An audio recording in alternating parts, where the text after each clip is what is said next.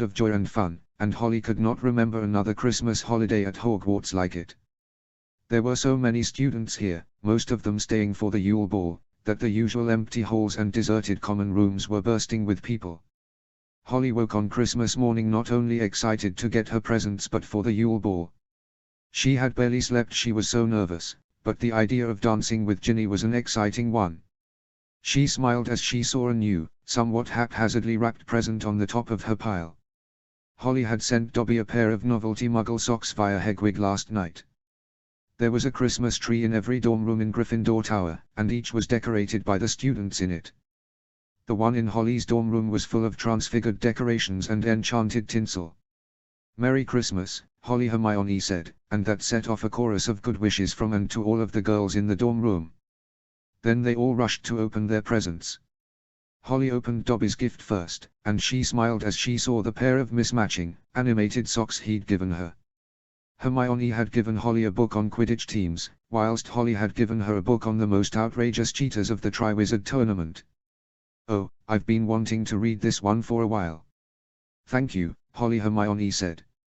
"I gave it a little read before I wrapped it. Some of those old headmasters and champions really did not try very hard not to get caught," Holly said. She'd also gotten a bag of Peruvian instant darkness powder from Ron, who'd gotten it from the twins, and a new wrist holster for her wand from Ginny. Sirius had given her 2 gifts, an enchanted pocket knife that could have many different blades and magical nail polish he claimed was just about indestructible. Hagrid had sent her a greatly appreciated box of sweets, and Mrs. Weasley had sent her usual gifts of a hand-knitted sweater and some mince pies. Holly gladly put on the green sweater, because the snow was already falling outside, and she and Hermione went downstairs to the common room. Ginny thanked Holly profusely for the broom servicing kit Holly had given her, as did Ron for the new keeper's pads.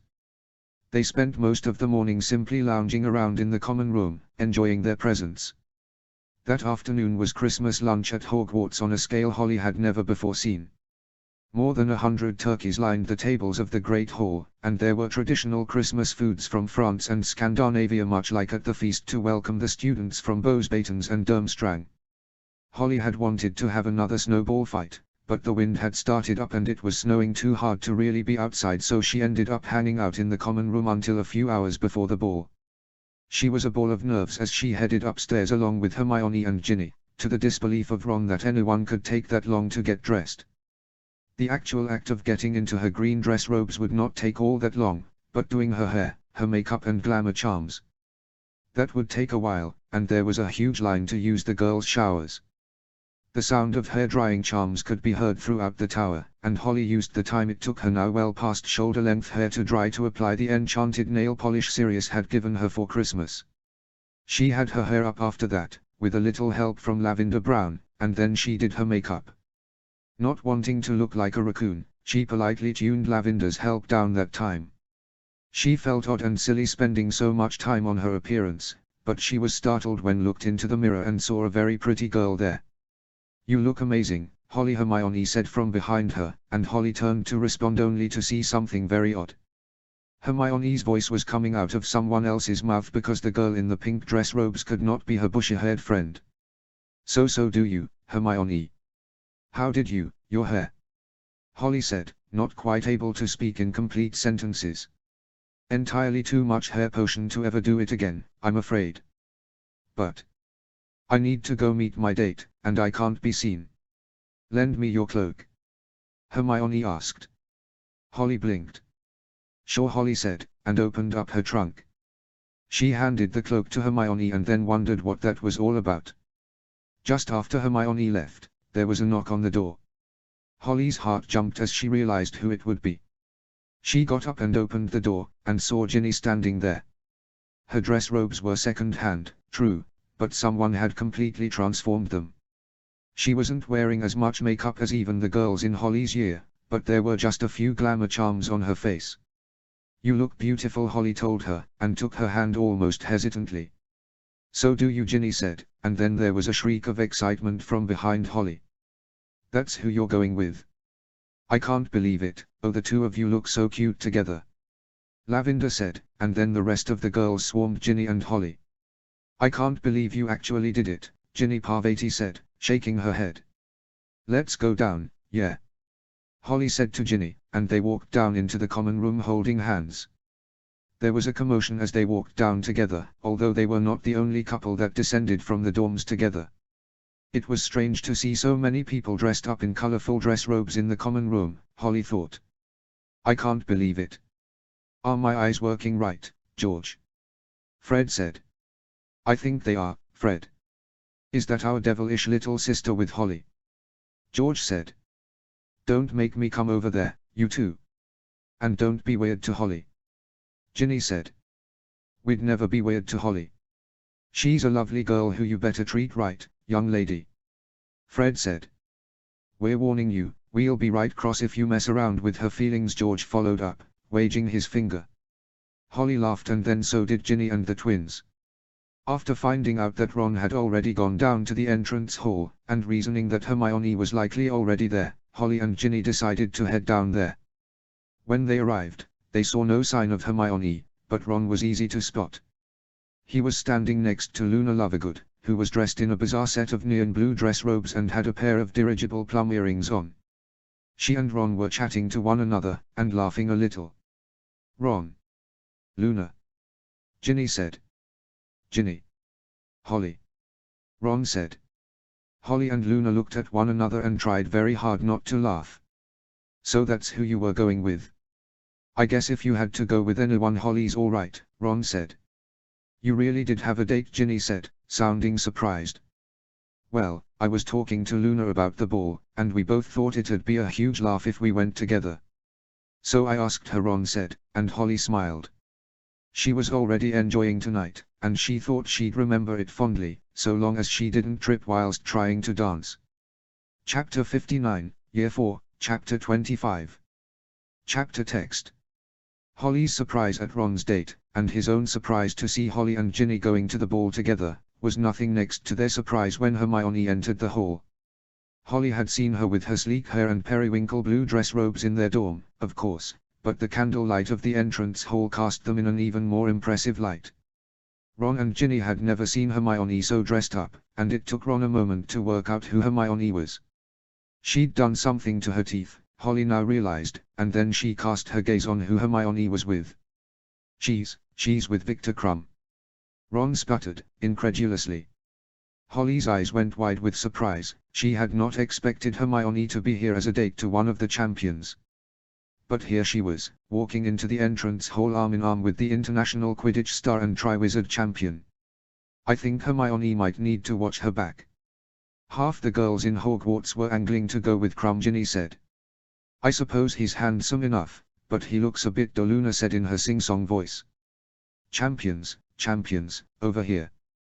McGonagall said, her voice cutting through the bustle and noise of the entrance hall. I guess we better go, Holly said to Ginny, and she nodded back.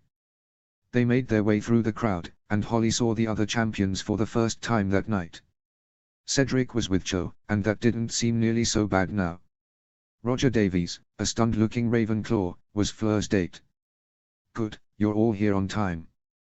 Please wait here, by the doors, you'll enter when the other students have sat down, Professor McGonagall said. She was wearing dress robes made from red tartan and had a wreath of thistles on her hat. Holly and the rest of the champions lined up a little awkwardly just to the side of the doors, and the horde of students began to pile into the hall.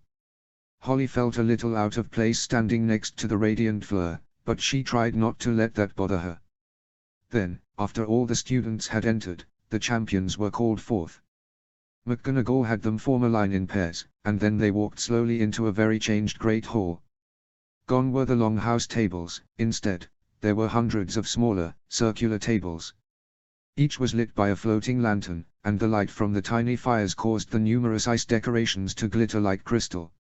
Everyone applauded as the champions entered, but then Holly heard a few boos as she and Ginny walked into the room.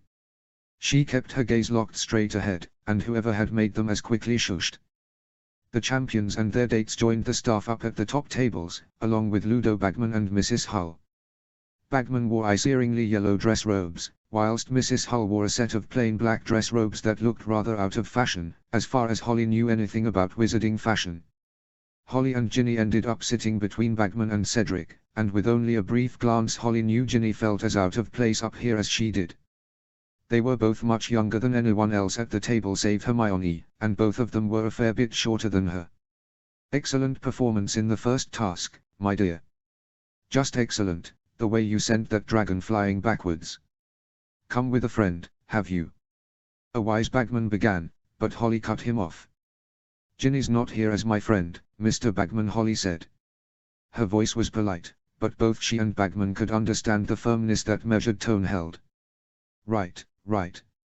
Say, lass, you're the reserve seeker for Gryffindor, aren't you?"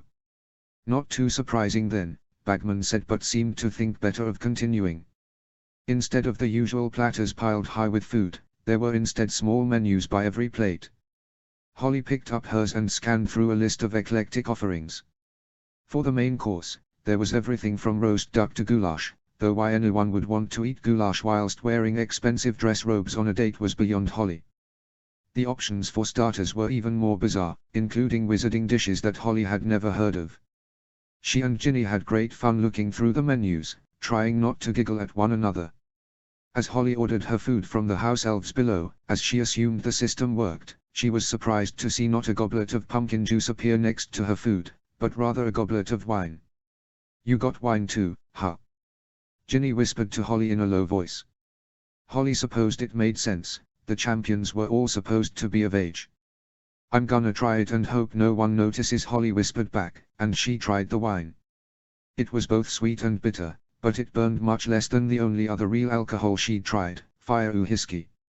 No one did seem to notice, perhaps because Ludo Bagman then spilled goulash over himself loudly. The brown-red soup stained his bright yellow robes rather noticeably, and he spent a good minute taking a napkin to them before getting out his wand.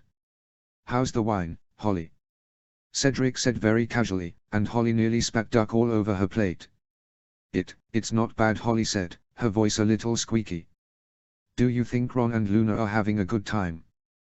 Ginny asked Holly. "Judging by how they tore through, whatever that is, I think they're at least enjoying the food," Holly said. The elves had gone all out for the ball, making dozens of masterful dishes from half of Europe that could be ordered at will by the witches and wizards in the Great Hall. "You've never seen a roast prowler piglet before?" Ginny asked, curious. "No, and after seeing one cooked and eaten, I'd really rather not meet a live one," Holly said. In her opinion, roast meat should not include so many teeth. The conversation at the top table was eclectic, to say the least. Holly overheard conversations about the secret protections of Durmstrang, Viktor Krum learning to say Hermione's name, and a secret bathroom that would only appear to those truly in need. Eventually, everyone had finished their food and Dumbledore stood up. As he did so, all the plates, goblets, and cutlery vanished into thin air. "If you would all stand and welcome our musical guests for the evening," the Weird Sisters, Dumbledore said, and then he waved his wand. The tables seemed to lift into the air in a complicated dance, until they and the chairs were all neatly lined up along the sides of the hall. There was now also a stage with an assortment of instruments on it. Several extremely high wizards, dressed all in black, artfully shredded robes emerged onto the small stage. They took up their instruments, and Holly was so transfixed by their bizarre appearance that she momentarily forgot that she was at a dance. Then she saw the rest of the champions heading out onto the dance floor. Ginny led her there, hand in hand, and they managed well enough for the champions' first dance. Both of them had only basic instruction in this kind of formal dancing, but their natural agility allowed them to do well enough not to embarrass themselves. The music was restrained, classical and formal, until that first dance ended. "This dancing's not so bad," Holly said. "Maybe you're catching the excess happiness from most of my childhood fantasies being fulfilled at once," Ginny mumbled. Cedric and Cho were the picture of grace, outshining even Fleur with their coordinated dancing. After a few minutes, the Weird Sisters switched to something a little faster, and the rest of the school swarmed the dance floor. Holly and Ginny, now no longer the center of attention, danced for some time. They quickly abandoned their half-taught formal dancing for the wild energy only a crowd of teenagers really has. The Weird Sisters too began to pick up the pace, playing all their popular hits but occasionally mixing in a bizarre waltz interlude. Holly was fairly certain that wasn't how these things were supposed to happen, but then they were a wizarding band. Who knew what odd notions they had? They made their way off the dance floor during one of the waltz periods, managing to slip away from the crowd. They found Ron and Hermione arguing about something, whilst Luna was dancing with Neville. She managed to expertly evade his clumsy steps and Holly laughed fondly. "And what's so wrong with Victor?" Hermione said. "He's from Durmstrang." Ron replied. "So? He's been nothing but lovely to me so far." "They're bad news. No Muggle-born students, dark arts classes. Let's get some air, yeah," Ginny said, and Holly indeed. They left Ron and Hermione to their argument as Hagrid and Madame Maxime began to cut a wide swathe through the dance floor. Holly smiled seeing her friend enjoying himself on what must be a very rare occasion. Fred and George were accosting Ludo Bagman, and the ministry official began to look rather worried. Holly and Ginny walked out through the entrance hall, and they saw that the grounds seemed to have been covered in a maze of rose bushes, stone benches, and fairy lights. A light dusting of snow added to the ambience, and they set off down one of the paths hand in hand. They managed to avoid the older students, mostly by sound, and found somewhere relatively secluded. She sat down next to Ginny, and they both looked up at the star-filled sky without saying anything for a few moments. I'm having a really good time, Holly." "Are we more? Is this more than tonight?" Ginny asked hesitantly. Neither of them had discussed it in those terms, but the question hung over them, unsaid and yet still evident. I don't know," Holly said, and she knew it was not what she wanted to say at once. Her heart was beating rapidly, and it screamed at her a different answer. Ginny looked hurt for a moment, and then Holly acted. It was completely on the spur of the moment, and it was barely the product of conscious thought. She kissed Ginny softly on the lips. It was little more than a chaste kiss, and a clumsy one at that, but it was enough. Part of Holly was screaming at her that this was shameful, or wrong, but she knew that was the part of her that still lived in the cupboard under the stairs. She understood, now, what the older students were on about. I'd like it to be more than tonight," Holly said. She felt like she was stumbling about in the dark, but that was what felt right to her. Her cheeks were bright red, but her smile was wider than she could ever remember. "So would I," Ginny said, and she leant her head against Holly's shoulder. "I don't really know much about, having a girlfriend," Ginny continued. "Neither do I. It can't be that hard, though," Holly said. "I think I'll kiss you next." "That way we're nice and even," Ginny said, as they stood back up and made their way back towards the Great Hall. It seemed that they had picked the perfect time to leave the Rose Garden because Snape and Karkaroff were wandering up and down it blasting couples out of bushes. They were arguing about something, too, but Holly was in far too good a mood to pay much attention to that. Or to what Hagrid was saying to Madame Maxime, for that matter. The rest of the night passed in a swirl of euphoria for Holly. She drank something that was probably fire whiskey, danced with Luna, Cedric, and Cho all one after the other, and then danced to the last song, a slow, romantic number, with Ginny. She still wasn't a great dancer, but she had fun anyway. As all good things do, the Yule Ball ended. Holly staggered up to her dorm room, tired from all the dancing, and as she collapsed straight into her bed she had the biggest grin on her face she could ever remember. Chapter 60, Year 4, Chapter 26. Chapter Text. Hermione's hair was back to normal on Boxing Day. Holly thought she looked a little sad about that, but it really had been a lot of hair potions. Holly herself had to spend 10 minutes cancelling malfunctioning glamour charms in front of her mirror. "Did you enjoy the ball, Holly?" Hermione asked, reading through a dry-looking book on the history of transmutive alchemy. "I'm still not sold on dancing, but it was pretty fun," Holly said, blushing when she thought about the kiss she and Ginny had shared. "I noticed Ginny seemed very happy about something," Hermione said. I guess we're girlfriends." "Oh, Merlin." "Hermione, I kissed her," Holly said. She didn't regret it, but it had been rather a spur-of-the-moment decision. "I'm happy for you, Holly. I know she can help you when things are hard," Hermione said, not quite finding the right words. "I don't need help," Holly said, instinctively. She felt the faintest tremor in her wand hand. "I think we both know that's a lie, Holly. Everyone needs help sometimes, even heroines with no sense of self-preservation." "I've got a sense of self-preservation," Holly mumbled. Hermione merely raised one eyebrow and went back to her book. They met up with Ron and Ginny in the common room, which was still mostly deserted. Holly cuddled up next to Ginny on one of the faded red couches, the cold very noticeable now the fire was just embers. "You'll never believe what I overheard last night," Ron said, not even blinking when he saw Holly and Ginny. "What?" Hermione asked, interested. "Well, Hagrid was talking to Madame Maxime, and apparently he's a half-giant," Ron said, looking around to make sure nobody could overhear. Ginny gasped, Holly blinked, and Hermione looked mostly unfussed. "Well, of course he is," Hermione said, her tone matter-of-fact. "Is being a half-giant bad?" Holly asked. She didn't know much about giants, but she couldn't imagine Hagrid being all that bad. He might love interesting critters, but he was kinder than almost anyone Holly had met. "I'm not saying Hagrid's bad, but you know about giants," Ron said, looking very uncomfortable. "I don't know about giants," Holly replied. "Well, they're not very nice." Hagrid said as much himself, "They just really like killing," Ron said. "Okay, but Hagrid's about as harmless as a 9-foot-tall man could be," Holly said. "And you're pretty firmly on the side of good, but people still thought you were a dark witch for being a Parselmouth," Ginny said, looking at Holly meaningfully.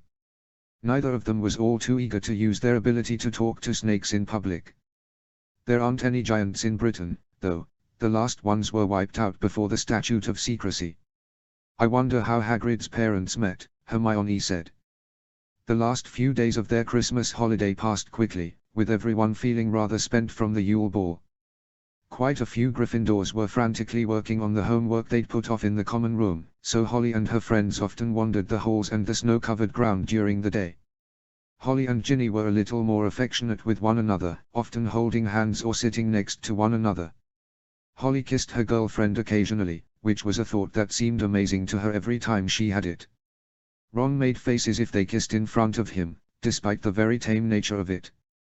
On the first day of the new term, Holly and her friends received a very unpleasant surprise at breakfast. The front page of the Daily Prophet bore a huge article by Rita Skeeter all about how Hagrid was a half-giant and full of baseless accusations. Some of them were really stretching the limits of plausibility, even for Skeeter, Holly thought. How many people would believe that Goyle had been badly bitten by a flobberworm? This Skeeter bitch has gone too far," Hermione said as they walked towards Care of Magical Creatures, and Holly was amazed to hear Hermione use language like that. Her bookish friend might not be so rules-bound after all their adventures, but Holly had never heard her swear before. "How'd she know is the question, isn't it? Luna and I were the only ones there apart from Hagrid or Madame Maxime. Neither of them would tell Skeeter that stuff," Ron said. "Are you sure Skeeter didn't find out some other way?" Holly asked. "Some of the stuff she printed was pretty specific. Hagrid said he'd never told anyone about some of it," Ron replied. "Are you sure about Luna?" Hermione asked. "Her dad runs well, judging by this rubbish, a competing paper. It's full of stories about crumple-horned Snorkax and made-up conspiracies. She hates the Daily Prophet, and Skeeter even more. Madame Maxime, well, she denied it to Hagrid, but she's gotta be one too, yeah," Ron said. Hermione nodded slowly, obviously thinking hard. "Maybe she's a Legilimens. Doing a reading with just eye contact is pretty hard, but she might be that good," Holly said. "Maybe she's got an invisibility cloak," Ron offered. They had arrived at Care of Magical Creatures by that point, however, and Hagrid wasn't waiting for them. Instead, an elderly witch with close-cropped grey hair stood waiting for them outside of Hagrid's cabin. "Hurry up now, the bell rang 5 minutes ago," she said, her voice sharp and measured. "Who are you?" Ron asked, his eyes narrowing with suspicion. "Professor Grubbleplank. I am your temporary Care of Magical Creatures professor. Now, get a move on or it's detention for the lot of you," she said, and started to herd them all towards the edge of the woods. The gigantic winged horses that the Beauxbatons carriage used to fly were here, tethered on very long leashes. Standing a little to the side of them, however, was a smaller animal. It was only the size of a regular horse. The unicorn, with pure white hair and a long horn, was not tied down or enclosed in a paddock. It simply stood, looking relaxed, near the winged horses. Many of the girls whispered excitedly when they saw it, and Holly was intrigued. She didn't know much about unicorns beyond what Hagrid had told her in her first year, and that they were magically powerful enough for their tail hairs to work as wand claws. "Boys to the back now," they get nervous around you. Girls, you can approach Professor Grubbleplank said, and without thinking about it Holly walked forward with the other girls. Grubbleplank put her arm out and caught Holly, stopping her from getting any closer. I said boys to the back, Potter. 5 points from Gryffindor for disobeying safety, the professor began, and the entire class seemed to take in a breath. Holly felt like someone had kicked her in the gut. She's not a boy, Professor Hermione said.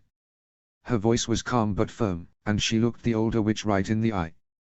Potions alone cannot replicate the sacred feminine aura of Grubbleplank said, but Holly ignored her. Hermione standing up for her had given her the time to react, and so she simply walked towards the unicorn. It neighed at her softly but didn't seem at all bothered. Indeed, it nuzzled its nose against Holly, and she gently patted it. For the rest of the lesson, Grubbleplank kept glaring at Holly, and she found any excuse to dock her points. The whole lesson was unpleasant at best, and to make it even worse Hagrid wouldn't emerge from his cabin to talk to Holly afterwards. Pansy Parkinson kept making snide comments about Hagrid, and about Holly, which went unpunished by Grubbleplank. Care of Magical Creatures, which Holly had always enjoyed, was now her least favorite class. Hagrid wasn't seen at all that first week, and Holly was getting worried about him. He was clearly very upset about the article, and she wished she knew some way to help her friend. Holly soon started practicing her swimming in the Black Lake, the warming runes sewed into her swimming costume allowing her to swim in it without freezing to death. She sometimes saw the other champions there, though only Krum looked to be practicing his swimming like her. Cedric and Fleur both disappeared beneath the surface, scouting out the lake. She did the same one chilly Friday, diving beneath the surface with her bubblehead charm active. It was hard to see in the dark water, but she was able to get a basic layout of the bottom of the lake during the first week of term. She knew where the merpeople lived, where most of the creatures dwelled, and that the giant squid was indeed very, very large. Halfway through January, there was a Hogsmeade weekend. Ginny was very excited, as it was only her second time visiting the magical village. Neither she nor Holly was the type to enjoy Madame Puddifoot's tea shop, but they still walked around the village together. Ron and Hermione went into the Three Broomsticks, and Holly could see them bickering over a game of chess as she walked down the main street of Hogsmeade. Those two really do enjoy arguing, huh? Holly said. She really didn't understand it, and it made her uncomfortable, but she knew she'd never get them to stop. It's balmy. Yoo-hoo, they have new training snitches, let's go look, Ginny said, pointing to the sporting goods shop.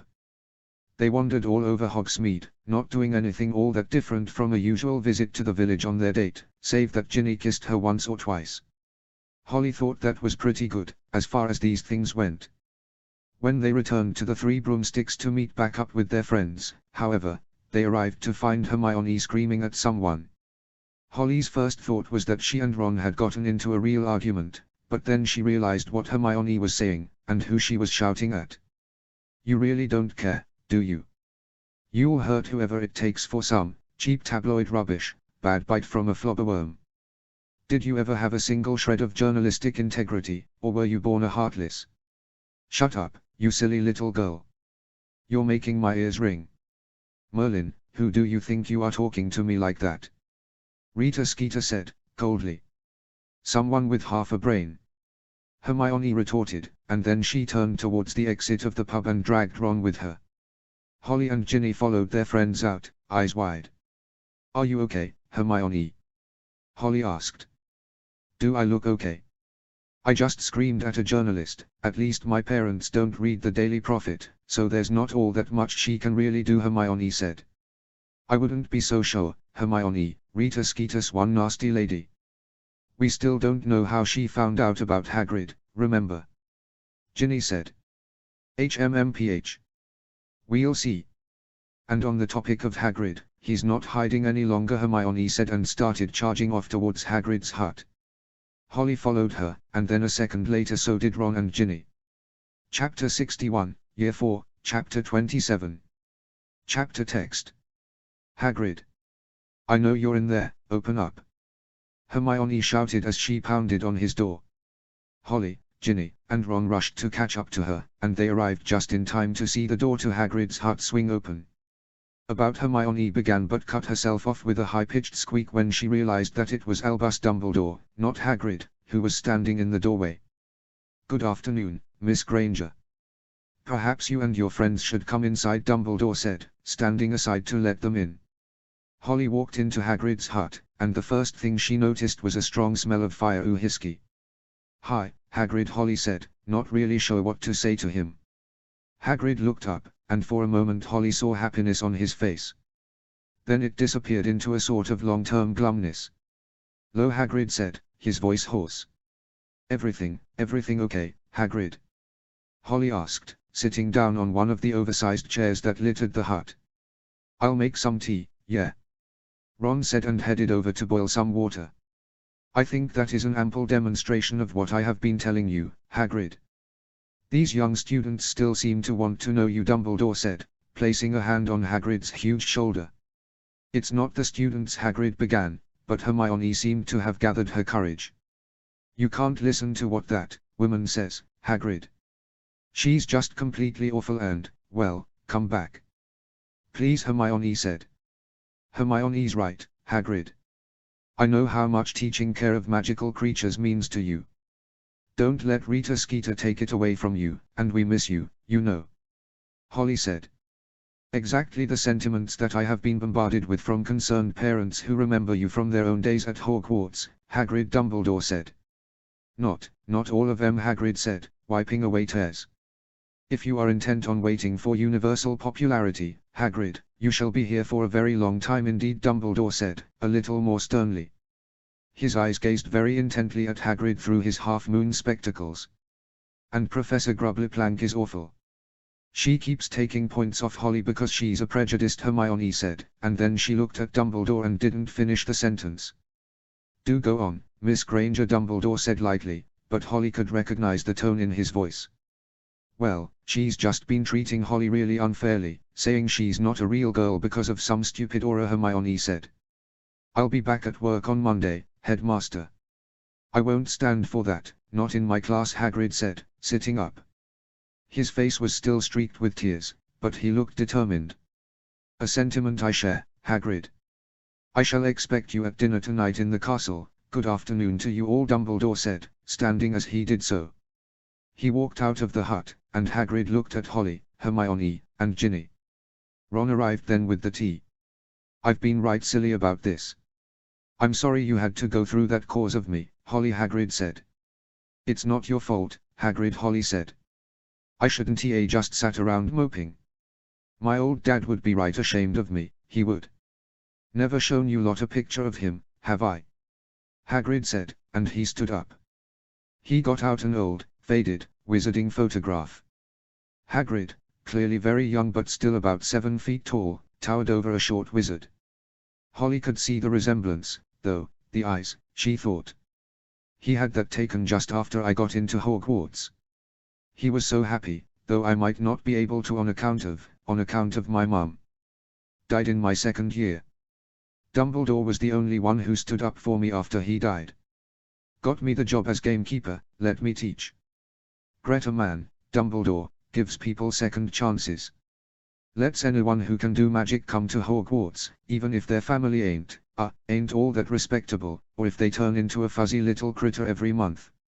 Not a lot of headmasters who'd stick their neck out for a half-giant or werewolf. Certainly not the two louts from Bosbatons and Durmstrang, big-boned, what bollocks," Hagrid said, and Ron suddenly looked very nervous for some reason. "You know what, Holly? You reminded me of me a little bit when you first got here. Mum and Dad gone, feeling like you weren't quite up to it, and look at you now. Order of Merlin, school champion, youngest seeker in a century," Hagrid said. I didn't really do all of that on purpose. Someone entered me," and Holly said. "I know that. But I reckon you probably deserved that award more than most of the tossers they give it to. And, you know what I'd love?" Hagrid said, now looking at Holly quite seriously. "I'd love for you to win it, Holly. Show 'em all you don't have to be some pureblood who fits in all the boxes. That you don't have to be ashamed of who you are," Hagrid continued. "I'll give it my best shot, Hagrid," Holly said, grinning. "Ha, I reckon you will," Hagrid said. Holly's classes were soon back in full swing. She cruised through learning Banishing in Charms, having already mastered the spell and got several headaches learning basic spell analysis in arithmancy. Hagrid seemed determined to outdo Professor Grubbleplank, and he held several lessons on unicorns, which it turned out he did know quite a bit about. He even had a lesson with several golden-haired unicorn foals, who didn't have the same nervousness around boys as full-grown unicorns, so that the boys could have some hands-on experience. She kept up her training for the tournament, and while she wasn't a great swimmer, she was in good enough shape that she was now a good enough one. She also learned, after inquiring with Professor Dumbledore at one of her occlumency lessons, how to transfigure her socks into flippers. That would let her make up the speed on the other champions, who were all older and taller than she was. Hermione, Ginny, and Ron all helped Holly hone her dueling, and soon she was facing two of her friends at once to make things even. She was casting faster and had most of the spells she was likely to use in the competition down silently now. One cold January night, the four of them snuck out to Holly's hidden potions lab in the disused secret passage. Holly looked at her friends, their faces lit only by the glow of the liquid moonlight in their animagus potions. "Are you all sure you want to do this?" Holly asked. "I'm sure," Ginny said, her voice quiet but firm. "Course I am," Mate Ron said. "Holly, if you don't hand over that potion I'm going to hex you," Hermione said. Holly handed Hermione's potion back, having finished looking at it. There seemed to be no obvious defects, just like Ron and Ginny's, but she couldn't know until they transformed. It was nerve-wracking to watch her friends take the potion, each vial being struck by lightning and glowing bright silver. She remembered waiting only moments for her two heartbeats to merge into one, and for her first transformation to be complete. None of her friends managed a full transformation that night, but they all knew their forms. Hermione shared the rare trait, like Holly's father, of having the same Animagus and Patronus forms, an otter, in Hermione's case. Hermione seemed very happy with that form, and Holly supposed that an aquatic animal like that might be a very useful form, able on land, but excellent in water. Ginny too was happy with her form, a goshawk. By the end of the night, she'd mastered the trick of transforming just her eyes, allowing her superior vision in her human form, and giving her disconcertingly orange eyes. Holly had never even thought to try it. But it was Ron who was the proudest of his animagus form. Where Ginny had manifested her form's eyes and Hermione a coat of fur, Ron had manifested a huge lion's mane. He spent the entire night, and most of the next few days, grinning like a madman. January seemed to disappear in a flash of classes, and February seemed frighteningly fast too. Holly played another Quidditch match, winning against a team from Bowsbatons, but the fifth-year dueling competition wasn't until after the second task, to avoid too many boons being handed out, Holly suspected. Then, feeling as if very little time had passed since Christmas to Holly, it was the night before the second task. She and her friends were relaxing in the common room, sitting in their usual seats a good distance from the fire. They were all playing a game of exploding snap when Professor McGonagall walked through the portrait hole and approached them. "Miss Weasley, Miss Granger, may I have a word?" McGonagall, at the exact moment the cards exploded. After the small puff of smoke cleared away, they all looked up. Sure, Professor." "What about?" Ginny asked. "Tournament business, I'm afraid," McGonagall said, and Holly's eyes narrowed. What could McGonagall want with Ginny and Hermione, unless, a very unpleasant thought struck her, she wouldn't be retrieving an object from the merpeople after all. Would the tournament organizers really use hostages? Ginny and Hermione left with McGonagall, and the next morning they were indeed not in Gryffindor Tower. Holly felt her worry grow. Surely they wouldn't be in danger, but what if something went wrong? Spells could fail, and wizards weren't exactly known for being very careful about this sort of thing, she thought. The song didn't mention any consequences for the hostages, but... Holly was shocked out of her worry by Ron, who was waving his hand in front of her face. He was sitting opposite her on the Gryffindor table in the Great Hall. A platter of bacon separated them, and it was tall enough that it was almost hard for Holly to see over. "You awake, Holly?" Ron said. "Yeah, just," she began, but Ron seemed too worked up to listen much. "Look, do you know where Ginny or Hermione is?" "Nobody's seen either of them this morning," Ron said. I'm fairly certain they are currently safely at the bottom of the Black Lake, Holly said. You're kidding me, mate, Ron said, but Holly shook her head. Something had caught her eye, however, and so she didn't respond. Ludo Bagman was at the staff table, and she had to know if her friends were in danger. Holly had never done it without the verbal spell, but the whispers made it easy. She simply caught Bagman's gaze for a moment and pushed. He had some simple defenses, but they were useful only against a surface reading, and only if Bagman knew that she was in his head. As Holly rifled through recent memories about gambling debts and goblins, she knew Bagman had no idea she was in his mind. Then she found it and left his mind. Her friends would be safe after all, even if she failed, no harm would come to them. She felt faintly dirty for reading Bagman's mind, but she had been so worried about Ginny and Hermione.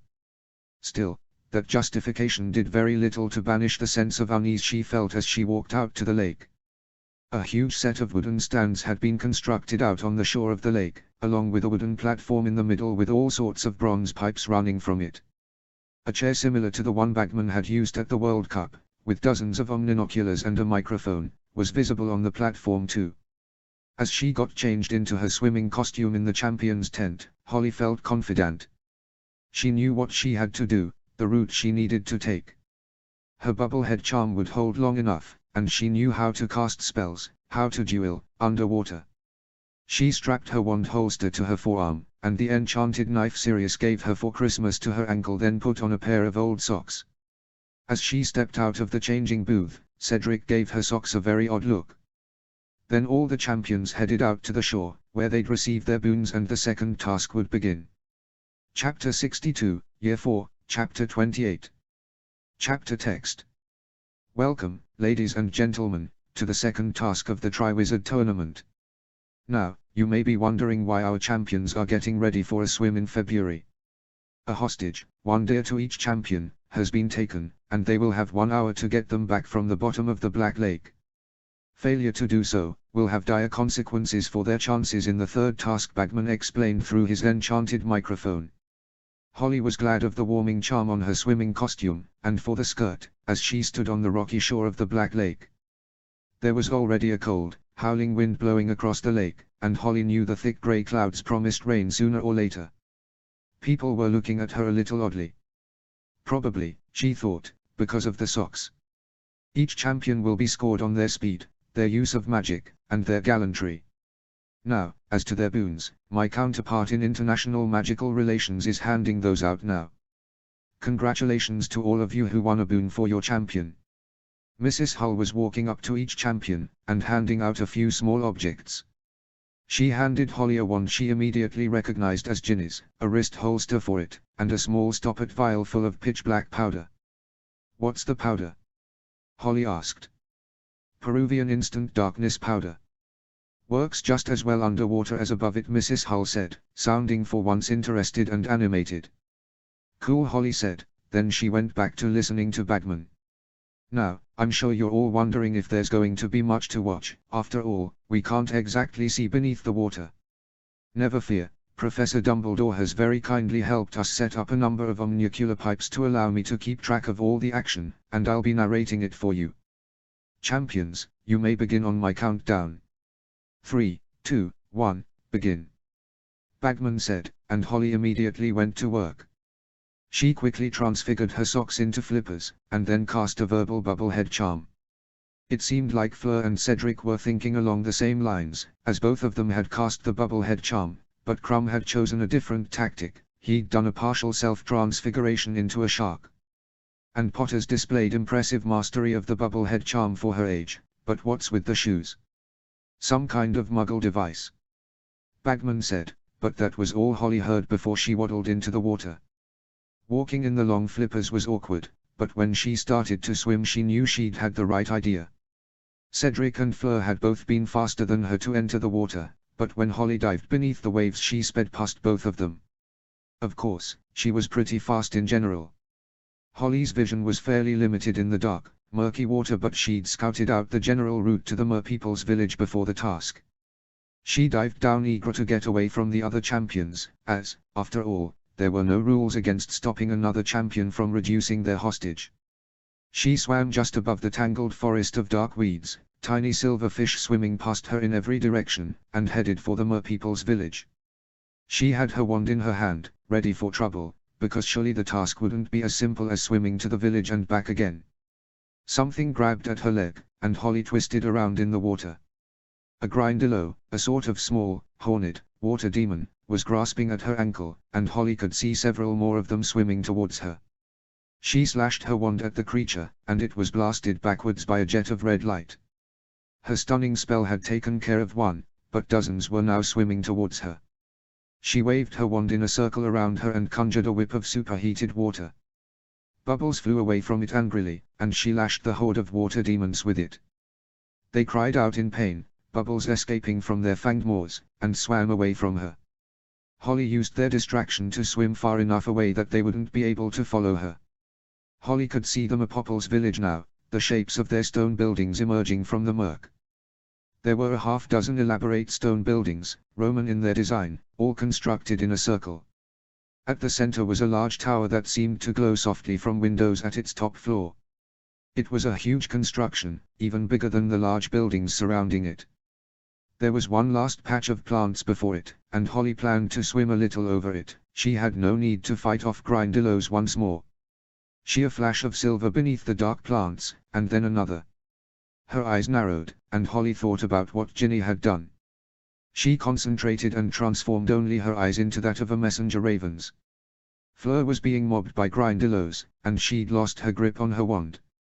Her hands had turned to talons, and she'd cut a few of them severely, but the blood seeping into the water wasn't purely the brackish blood of the water demons, some of it was the red of Fleur's.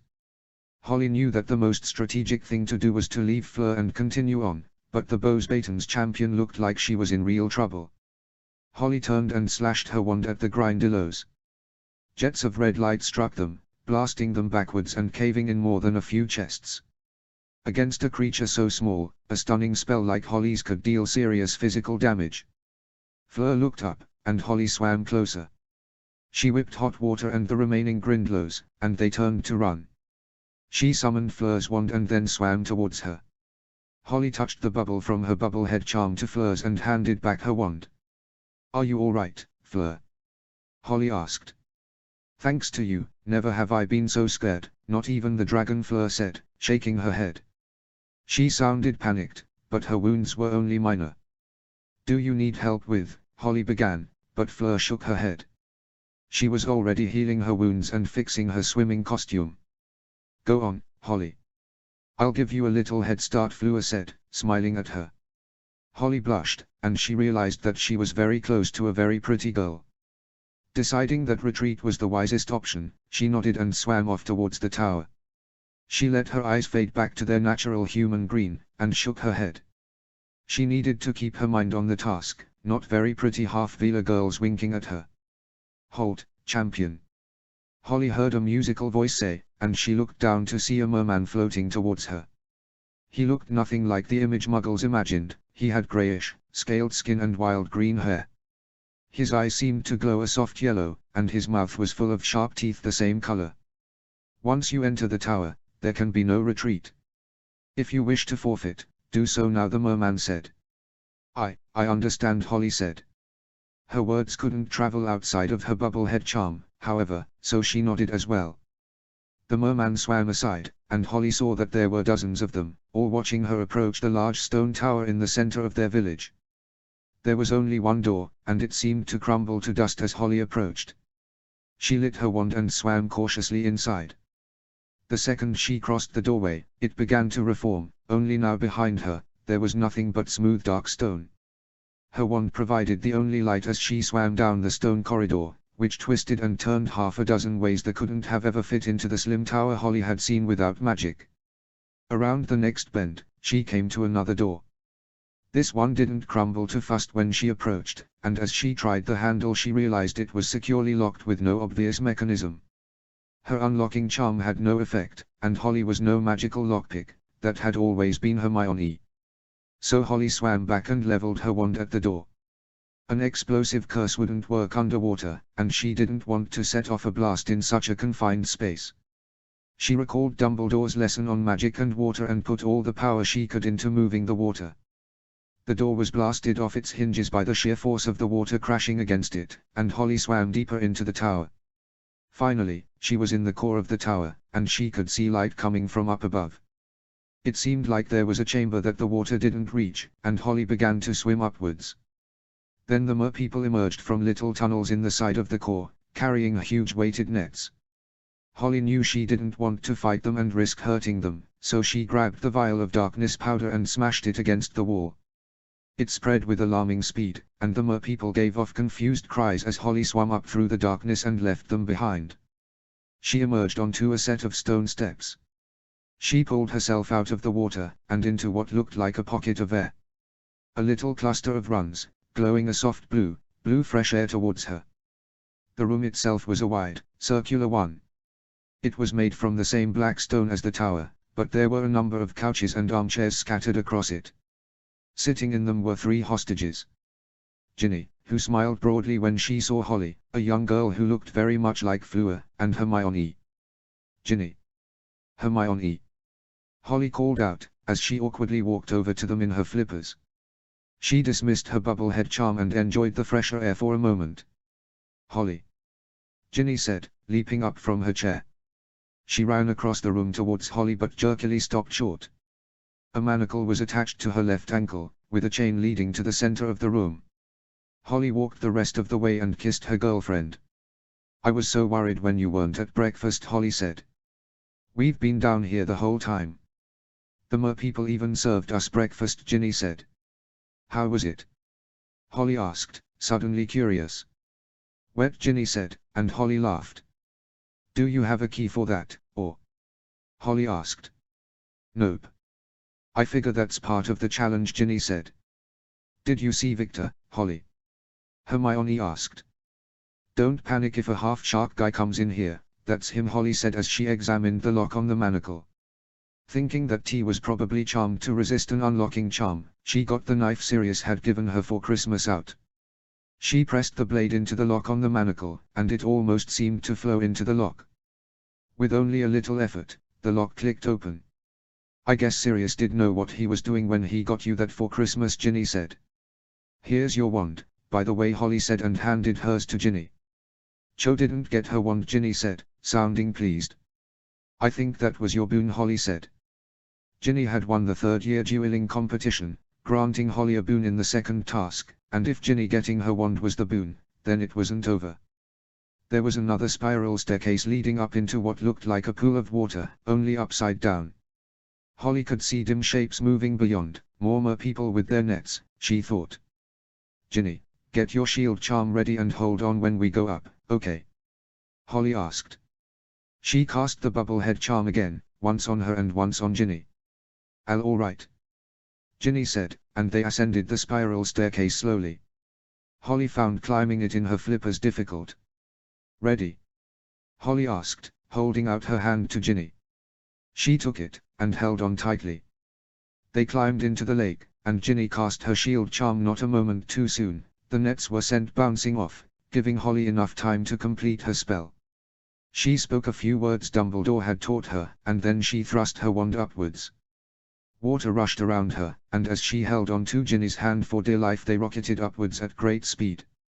Holly thought she saw a tentacle swipe at them, but they were going far too fast to be hit by it. In less than a minute, they were found out of the water and into the freezing cold air of the lake. They both splashed down back into the water, and Holly cancelled the bubblehead charms as she and Ginny headed towards the shore. And with that spectacular ascent, Miss Potter is our second champion to arrive, only a minute behind Mr. Diggory. "A strong day for Hogwarts, a strong day indeed," Bagman said, and the crowd roared. Chapter 63, Year 4, Chapter 29. Chapter text. Holly quickly made her way back to the champion's tent, drying herself off in one of the little cubicles and getting changed back into her uniform. Madame Pomfrey checked over both Holly and Ginny, before declaring them to not have been too harmed by the task. Then Holly was practically dragged out of the tent by her friends. Ron, the twins, Luna, and more were waiting for her outside the tent. "I can't believe you finished second, Holly. You might really have a chance to win this thing," Ron said. might have a chance. She's a lock. Odds on her have dropped from 50 to 1 to 2 to 1, she's the current favorite. George said. It's so romantic, Lavender said as the whole group walked back up to the stands. Lucky Hermione. Parvati replied, and Holly rolled her eyes. She was so glad to have succeeded, though, that she let the moment of annoyance pass. She had a great time sitting in the stands, eating pumpkin pasties and every flavor beans whilst Bagman narrated the events below. Holly was startled to find out that he actually was a very good commentator. She could follow what was going on just by his descriptions. She cheered when Fleur conjured a half-dozen squids to cover her escape from the tower and groaned when Crumb was hit with a net. Ginny sat next to her the whole time, letting Holly rest her head on her shoulder. Eventually, both Fleur and Crumb made it out of the water, Fleur arriving before Crumb, and Holly looked on eagerly as all the judges conferred. She'd imagined it was just a matter of who got out with their hostage the quickest, but the judges seemed to be talking about something quite involved. She heard Karkaroff and Maxime shout a little, too. The dust seemed to settle, and the other judges let Bagman go back to his platform. He seemed quite happy with whatever had been decided, Holly though. Ladies and gentlemen, the judges have reached a decision. Thanks to the network of omnioculars placed across the lake, we have been able to observe the events of the task in exquisite detail. Marks have been awarded to our gallant champions out of 50, Bagman announced, pausing to build up the suspense. In fourth place, Victor Crumb. Whilst he displayed impressive mastery of self-transfiguration, he was the last to return. As such, we award him 35 points, Bagman said, and Holly winced as she realized that Karkaroff must have awarded another 10 to Crumb. There was polite clapping from the audience, and booing from the Slytherins at the low score. In third place, Fleur Delacour. She displayed her mastery of the bubblehead charm, and of conjuration. She did, however, have to be rescued from the Grindylows by a fellow champion. We award her 36 points, Bagman said, and Holly thought she saw Karkaroff's face contort in rage. In second place, Holly Potter. Not only did she perform the bubblehead charm far more successfully than could be expected for a witch of her age, but she also showed great mastery of the water manipulation charm. Furthermore, some of us believe that her gallantry in rescuing Miss Delacour was worthy of an increased point award. Accordingly, we have awarded her 45 points, Bagman said, and the entire Hogwarts crowd went wild. The Gryffindors especially seemed to leap to their feet and cheer. Holly was surrounded by noise, and she nearly missed hearing Bagman announce Cedric's score. And in first place, we have Cedric Diggory. He showcased his strong charms skills with the bubblehead and fascination charms, allowing him to proceed through the lake unhindered. Moreover, his disillusionment charm allowed him to retrieve his hostage without incident. In light of that, we have awarded him full marks, 50 points. Bagman said, and Hufflepuff rose to their feet as one to emit a wall of sound even louder than the Gryffindors had for Holly. They cheered and whistles, and someone let off yellow and black fireworks in great numbers. Please give our champions one last round of applause, and be ready for the third task. It'll take place on the 24th of June, champions, you'll be informed about it a month beforehand. Bagman said, and then he left his commentary platform. Holly, you do realize what this means, don't you? Hermione asked her. What? Holly asked, then she started to do the numbers. Cedric had gotten 35 points in the last task, which meant that she and Cedric were actually tied for first. You're tied with Cedric for first. I can't believe you're doing this well, Hermione said. Not supporting Crumb, then? Ron asked. Oh, shut it, Ronald. I'd be happy if Victor won, but I'd also like Holly to win it, Hermione said, blushing a little. It's okay, Hermione. You've been a great help so far, all of you have been, Holly said, and she meant it. She didn't know what she'd have done if she'd been as alone as she had been at the end of her second year. She ignored the whispers telling her that she was never really alone, and went up to the tower to celebrate with her friends. Holly's good mood was rudely interrupted by the next day's copy of the Daily Prophet, which was once again occupied by a large glossy photograph of the task. It seemed a little fuzzy, and Holly thought it might have been taken of an omninocular's lens. The picture itself was of Holly burst into the chamber with the hostages, and kissing Ginny. Holly Potter wins hearts and tasks. Dear readers, This intrepid reporter has had the privilege to view much of the second task in the Triwizard Tournament, and it was spectacular. Our champion rescued the pretty but unskilled Beauxbatons champion, Fleur Delacour, and managed to tie for first place with incredible feats of magic. Some are whispering that Dumbledore himself has been teaching her, and if he is, this reporter would like to thank him on behalf of Magical Britain. As you will be able to read about in the sports section, the second task involved rescuing a hostage. As was reported in Witch Weekly, Holly Potter took a girl to the ball, Virginia Weasley, the same girl she rescued from a dark spirit and a basilisk 2 years ago. Whilst at the time it was reported that they were merely friends, this was an understatement of their relationship. When the girl who lived rescued Virginia, she gave her a rather more than friendly kiss. Has word of this relationship, so untraditional, reached Miss Weasley's parents? This reporter reached out for comment, but my letters have gone unanswered. Of course, one expects girls at Hogwarts to become close, but will this relationship stand the test of time, or will Miss Potter move on to a more adult romance with a boy in a year or two? Of course, she did try to ask Cedric Diggory to the ball and was rejected. Could romance bloom between the two champions, now tied for first place? Read more in this week's Witch Weekly. Holly crumpled up the paper and threw it away, her face red. She could see the Slytherins pointing at her and Ginny and laughing, and she felt awful that she was exposing her girlfriend to this. "I'm sorry about this," Holly said to her as they left the breakfast table. Ginny had defense, which was on the way to Holly's transfiguration lesson. "It's not your fault, Holly. I knew what I was getting into when I said yes to going with you. And ignore all that rubbish about my parents, yeah. Mum was over the moon when I told her about going with you, though I think she was holding out for you and Ron," Ginny said. Holly spat out her pumpkin juice, and so did Ron. "What? Me and Ron? That'd just be, no," Holly said. "Yeah, I think Mum went a little off there." "No offense, Holly," Ron said, but Holly thought his cheeks were a little red. "Did you really ask Cedric?" Hermione asked, frowning. "Yeah, but it was pretty awful. He was very nice about turning me down, but," Holly said, feeling awkward. She didn't want to talk about her abortive crush on Cedric in front of her girlfriend. "I'm not going to be offended, Holly. He's a right handsome bloke, that Cedric," Ginny said, laughing. "Well, how did she find out?" "I can't imagine Cedric told her," Hermione said. "That is a little suspicious," Holly said, but by then they were nearly at their classes, so she let it drop. Plenty of people used Skeeter's article to mock Holly or Ginny, mostly Slytherins. Their leader in it seemed to be Pansy Parkinson, who even changed her Potter Sucks badges to say other things when teachers weren't looking. Holly was surprised when Malfoy only half-heartedly took part, and she thought he looked rather tired. He had huge dark circles under his eyes, and he seemed to look more and more depressed when he read his letters from home. Thomas Avery was also keeping away from her, fearful of Moody. The retired Auror's defense lessons had only gotten more intense as the year went on, and Holly was consistently his best student. While the rest of her class were struggling to perform even a basic verbal shield charm, Holly had her silent shield charm down.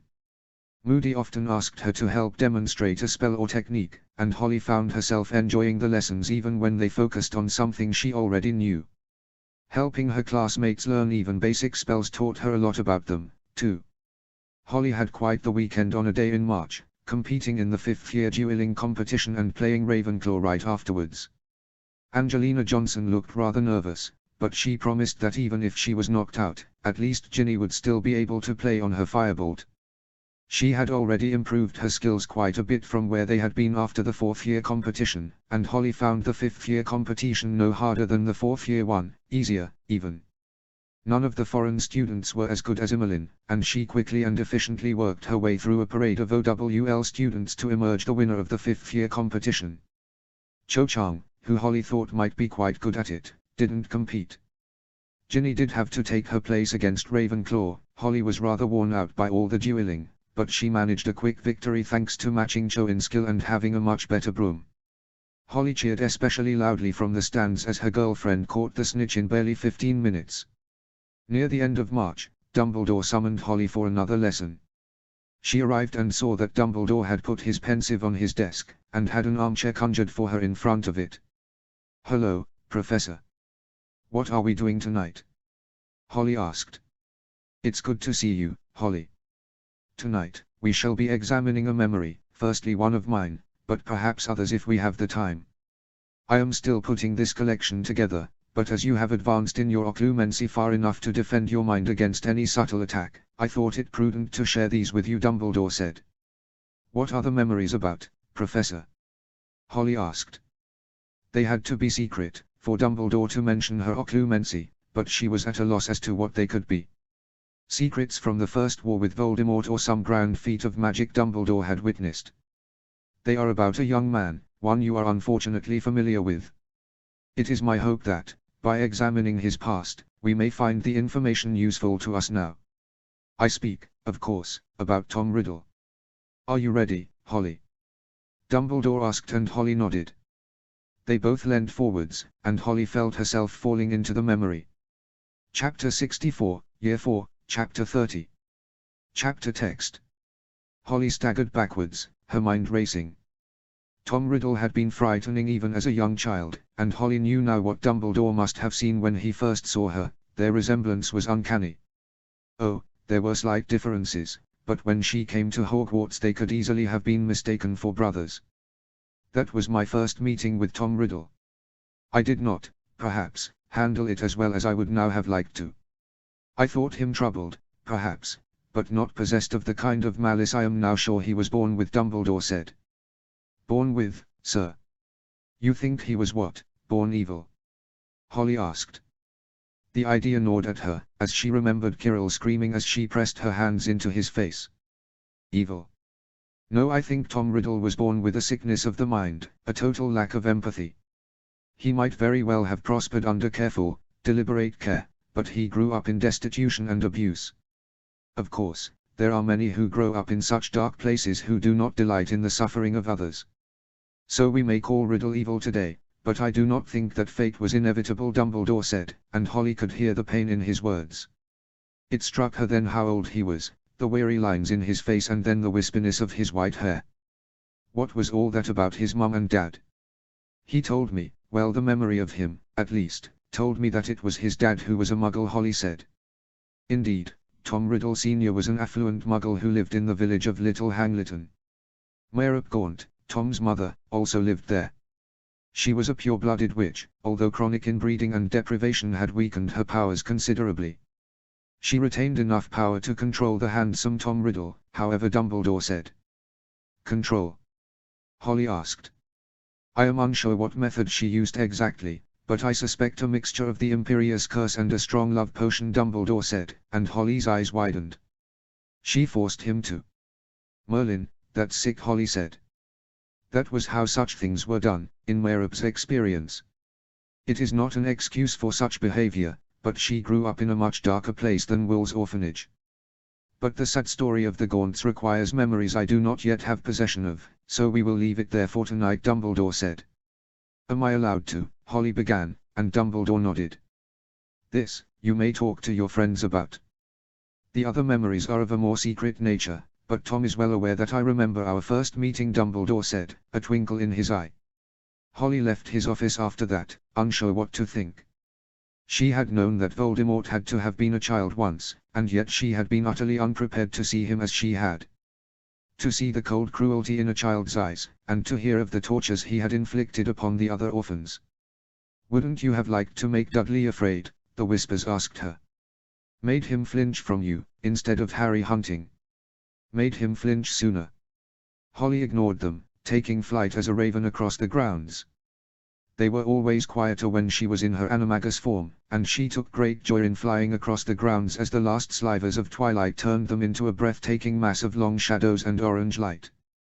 She swooped low, flying through the trees and just barely above the grass, then let the wind lift her into the sky. She saw the castle, saw how immense it was.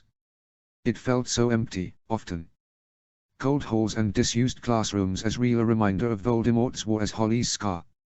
Wizards did not have the terrible tools of modern, industrial war that Muggles had, and Holly knew that deep down many wizards feared them, but their battles were just as bloody.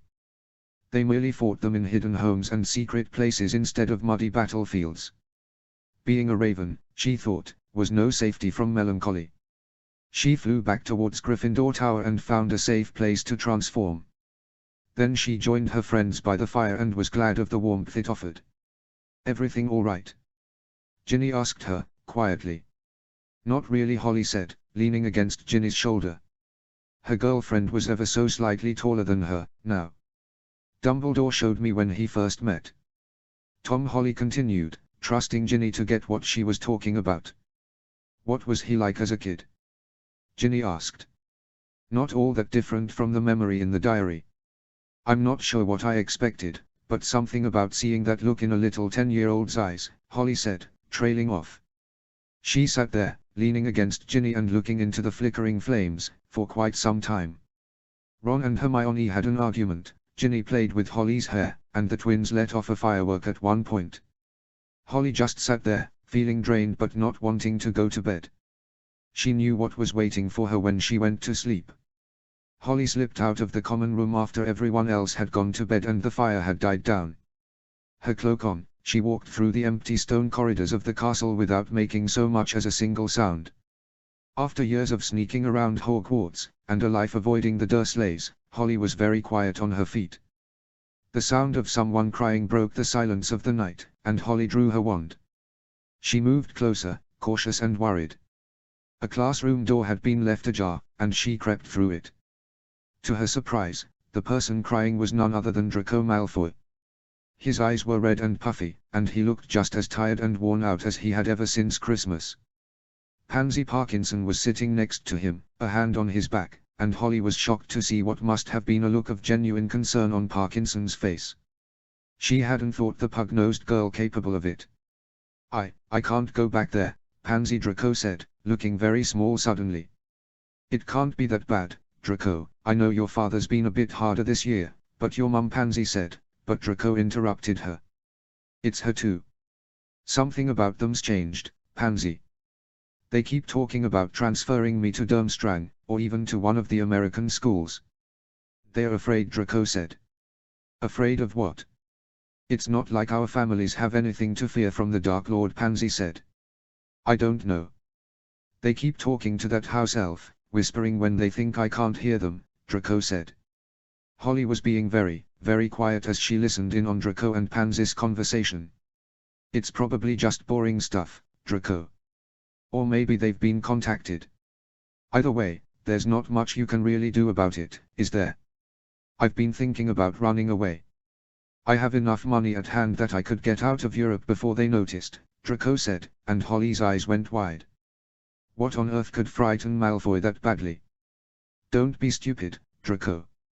Your parents would find you in a week or two, better to just tough it out until 7th year, and then you can get out of that manor. We could get somewhere nice, just the two of us," Pansy said, and then she kissed him rather passionately. Holly took that as her cue to leave. Holly found most of the 6th years to be no greater challenge than the 5th years as duelists that weekend. Some of them could do nonverbal spells, but she could cast faster, stronger, and more accurate spells than them. She sent one flying off the platform and bound another in conjured ropes merely by clicking her fingers together. Then, as seemed inevitable, she faced Cedric in the final duel for the 6th year competition. A hush came over the stands as he and Holly took their positions on the dueling platform, 10 paces apart from one another. "I think this is almost as scary as facing you on the Quidditch pitch," Cedric said, jovially. "Well, at least it'll be over quicker one way or another," Holly replied. She'd dueled Cedric once before, when he had assisted Remus in his end-of-year exam in Holly's 3rd year at Hogwarts. She knew he was very good, probably better than her at the time, but she had gotten much better since then. He'd probably been training hard too, however, because the champions were almost always directly pitted against one another in the final task. She'd need an edge to beat him, and she thought she had won. She had checked the formal rules, and it was technically not against them so long as she didn't start before Flitwick announced the start of the duel.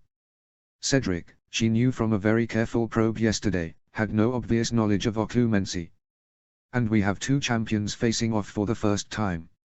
Holly Potter, who's fought her way up from the 4th year competition to compete for the 6th year title, faces Cedric Diggory. This should be a hell of a duel, folks. Can Diggory face down the girl who lived They are currently tied for first place in the tournament, so the boons from these last few competitions should be crucial, Lee Jordan said from his commentary box. Slytherin and one of the Durmstrang teams were due to play Quidditch after the dueling competition. 3, 2, 1, start. Flitwick said, and then both Holly and Cedric leapt into action. He tried for a fast disarming charm, but Holly had an unverbal shield up in time. She'd angled her wand just so that Cedric's disarming charm was reflected back towards him, and he had to waste precious seconds shielding himself. She had no intention of going on the offensive until she had her advantage in place. Using the brief moment her shield charm had given her, Holly reached out. Not with her arms, but with her mind, until she felt the very edge of Cedric's. She touched only the very surface thoughts in his head, the stuff of momentary instinct. When he cast his stunning spell next, she knew before he did, consciously, at least, that he would follow it up with a blasting hex.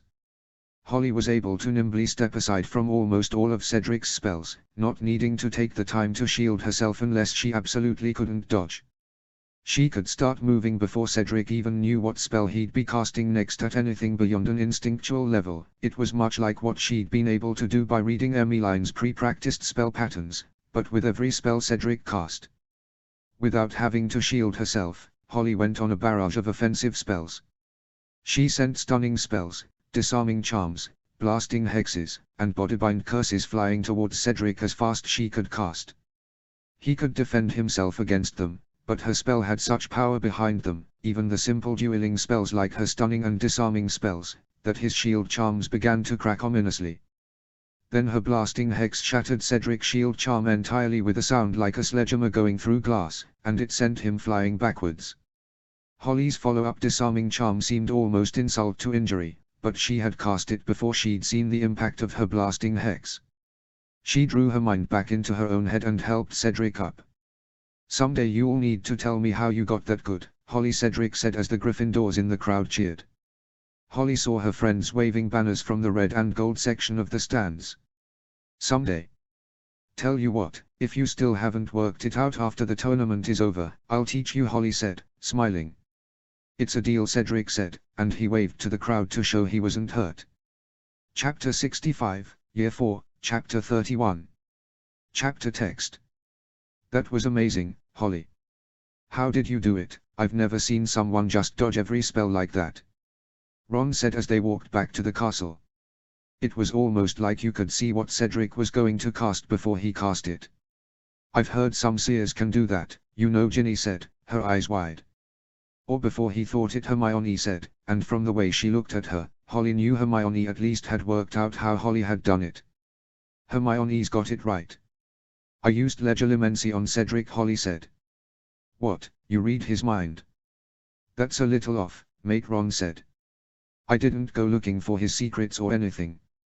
There's a thing you can do where you just read instinct without touching conscious thought. Lets you know what spell they are going to cast before they do," Holly explained. "Wicked. I can see why Dumbledore taught you all this mind stuff," then Ginny said. "Is that allowed under the rules?" Hermione asked.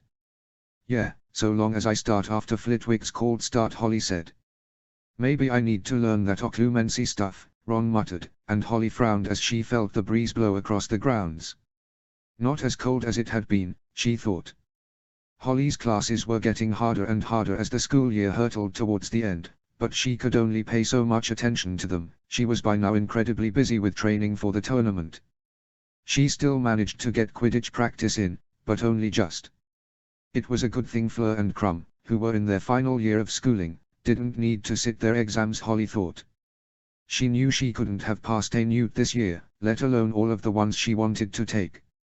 It was only with the help of her friends that she was able to, just barely, maintain her grades in her fourth-year classes.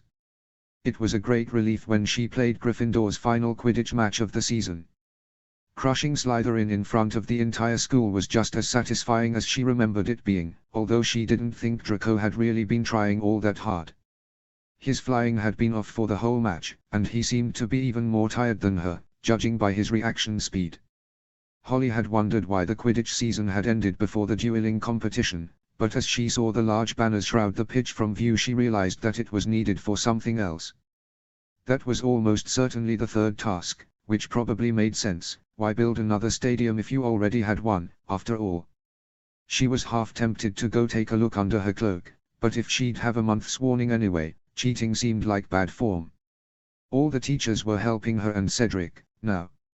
Of course, they weren't officially helping the two Hogwarts champions, but all the extra dueling practice Flitwick and Moody gave Holly, and she was sure Cedric as well, weren't on the standard curriculum. Neither was the very specific selection of interesting critters Hagrid showed Holly, explaining how to get past or disable them. One night, she was sitting by the fire in the common room as it got low, most of her housemates long since having gone to bed. She took out her mirror and whispered Sirius's name into it. "What are you doing up at this time?" he asked, slurring his words just slightly. Holly smiled ruefully. She'd swear she could smell the alcohol on his breath over the mirror. "I see you've been having fun," Holly said. "I'm an adult." "We're allowed to go get drunk once in a while," Sirius said, sticking out his tongue at her. "Seriously though, are you alright?" "Your letters have been," he continued. I'm not great, but I'll last until the tournament is over. I'm just tired, that's all. At least this whole plot to kill me via the tournament thing didn't work out for whoever was behind it," Holly said. "Don't let your guard down, Holly. Whoever tampered with the goblet still has access to the school, and if they don't succeed with the third task," Sirius said.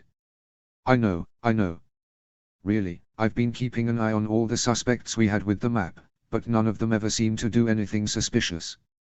Madame Dupont just teaches the Bosbaton students and all Karkaroff does is hang around with Snape," Holly said. "Hanging around with Snape is suspicious. Two former Death Eaters. I've listened in on them a few times. Karkaroff is just trying to poach Snape for Durmstrang." "Merlin knows why he'd want him," Holly said, interrupting Sirius.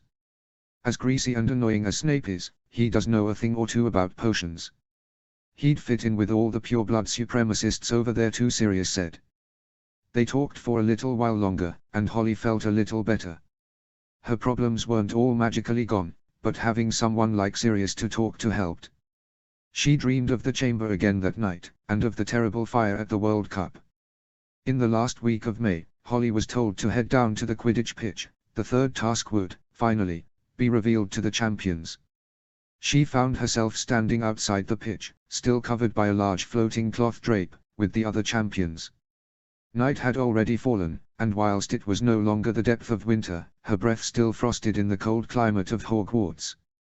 "Judging by the size of that cover, whatever arena they are building in there must be bloody large," Cedric said. "I wonder where Mr. Bagman is. He has always been so eager to show off his constructions before," Fleur said. As she spoke, a number of figures emerged from around a bend in the pitch. Bagman was there, but also a number of teachers, Moody, Karkaroff, and Madame Dupont. "Ah, all here. Excellent. Well, if you'd join your teachers and follow me," Bagman said, and all the champions followed him into the stands. They climbed the steps in relative silence until they emerged into the teacher's box. Without waiting for anyone to speak, Bagman waved his wand and all at once the huge cloth drapes flew away from the pitch. The normal oval of bright green grass had been completely transformed. In its place was a huge construction that seemed to be mostly made from hedgerows and overgrown stone. It was like a maze, but there were multiple levels, each smaller in area than the previous one. Odd structures were sticking out of the hedges, and there at the top was a large open rotunda.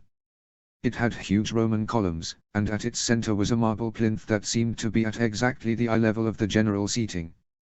Feast your eyes on one of the most difficult tasks ever designed for this tournament, a maze of such devilish construction. Can you believe old Barty wanted only one level?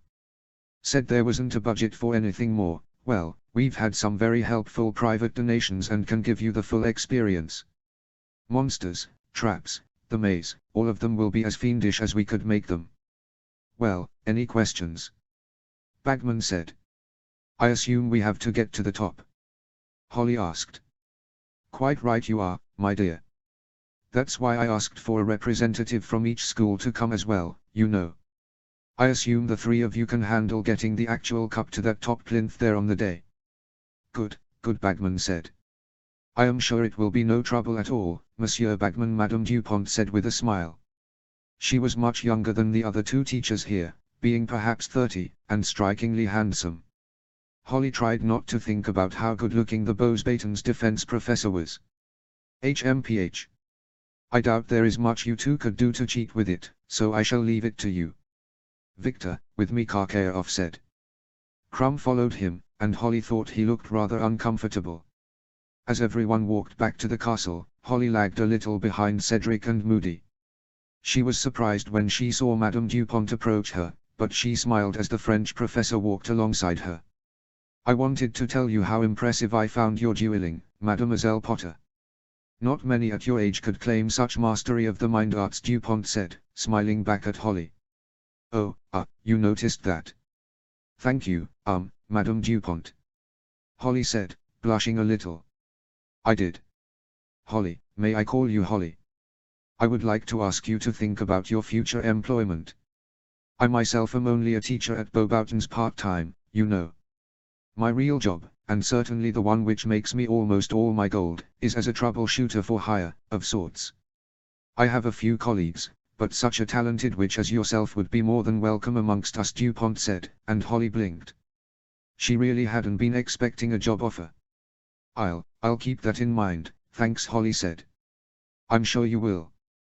The band can offer gold the likes of which you'll never see in this dreary little country, and I'm sure you'll appreciate the, your being a member of such an organization can have. If you have no other plans this summer, perhaps you would like to come and... What was the word? Intern with us, I think is the phrase. Dupont said, and Holly blinked. Yeah, I'll think about it, Holly said, and then she managed to extract herself from the very odd conversation. She'd never heard of this band Dupont was trying to recruit her for, but they sounded a little shady to Holly. The idea did appeal to her, though. Traveling to exotic locations and getting into adventures for a great load of gold sounded better than some boring ministry job to her. As she returned to the common room, her friends rushed towards her. What is it then, the task? Ron asked. They've built some insane multi-story maze out on the Quidditch pitch. Bagman said there'd be monsters and stuff, and I think the other champions will be in there at the same time, Holly said. Sounds wicked. At least we won't have to watch it by listening to Bagman again, Ginny said. Honestly, his narration wasn't that bad. I think there are some spells that might help with the maze portion, Holly. And of course, we can help you practice dueling and dealing with magical traps, Hermione said. That'd be great, Hermione. Although there is something else, Holly said, unsure how to phrase it. What, like a secret fourth task or something? Ron asked.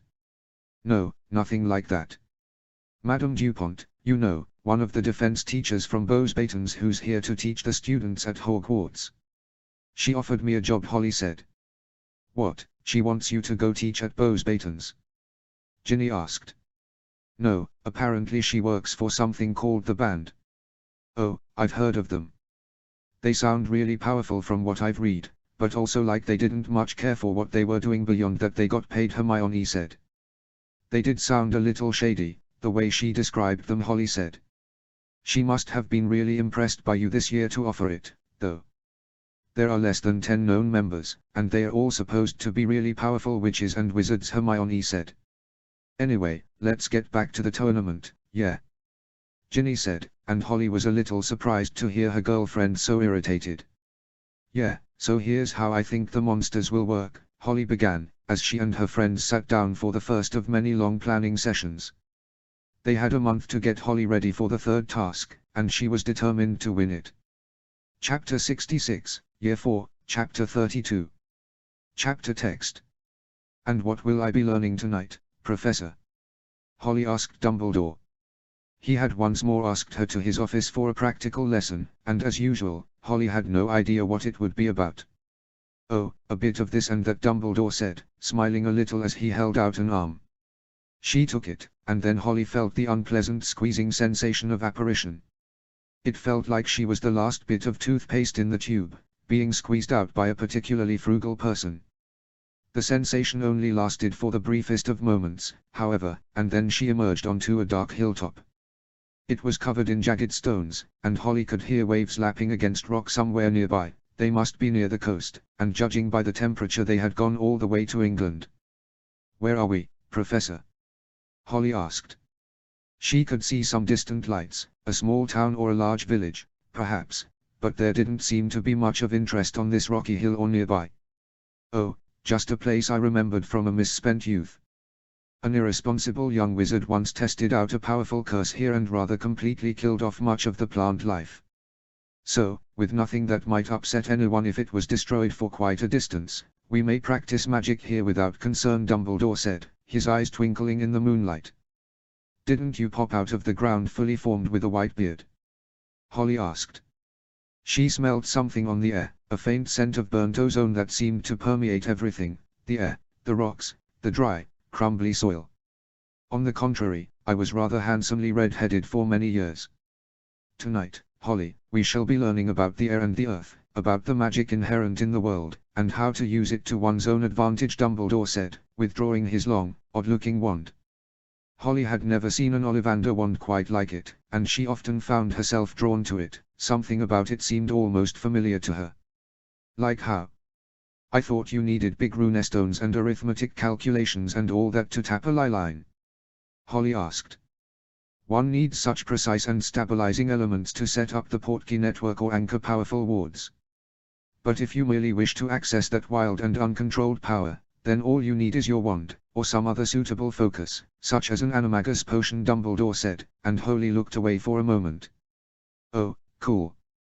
Wouldn't know about using one of those, but cool, Holly said, awkwardly. Of course. But the danger of an animagus transformation is in the wild nature of the natural magic used to induce such a permanent change to one's own magic.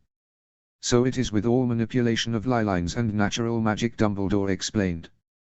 Dumbledore taught Holly a number of spells, curses to call down lightning from the sky, spells to cause the earth to rupture and shake, charms to find ways through woods with gusts of wind, and techniques to understand the flow of magic.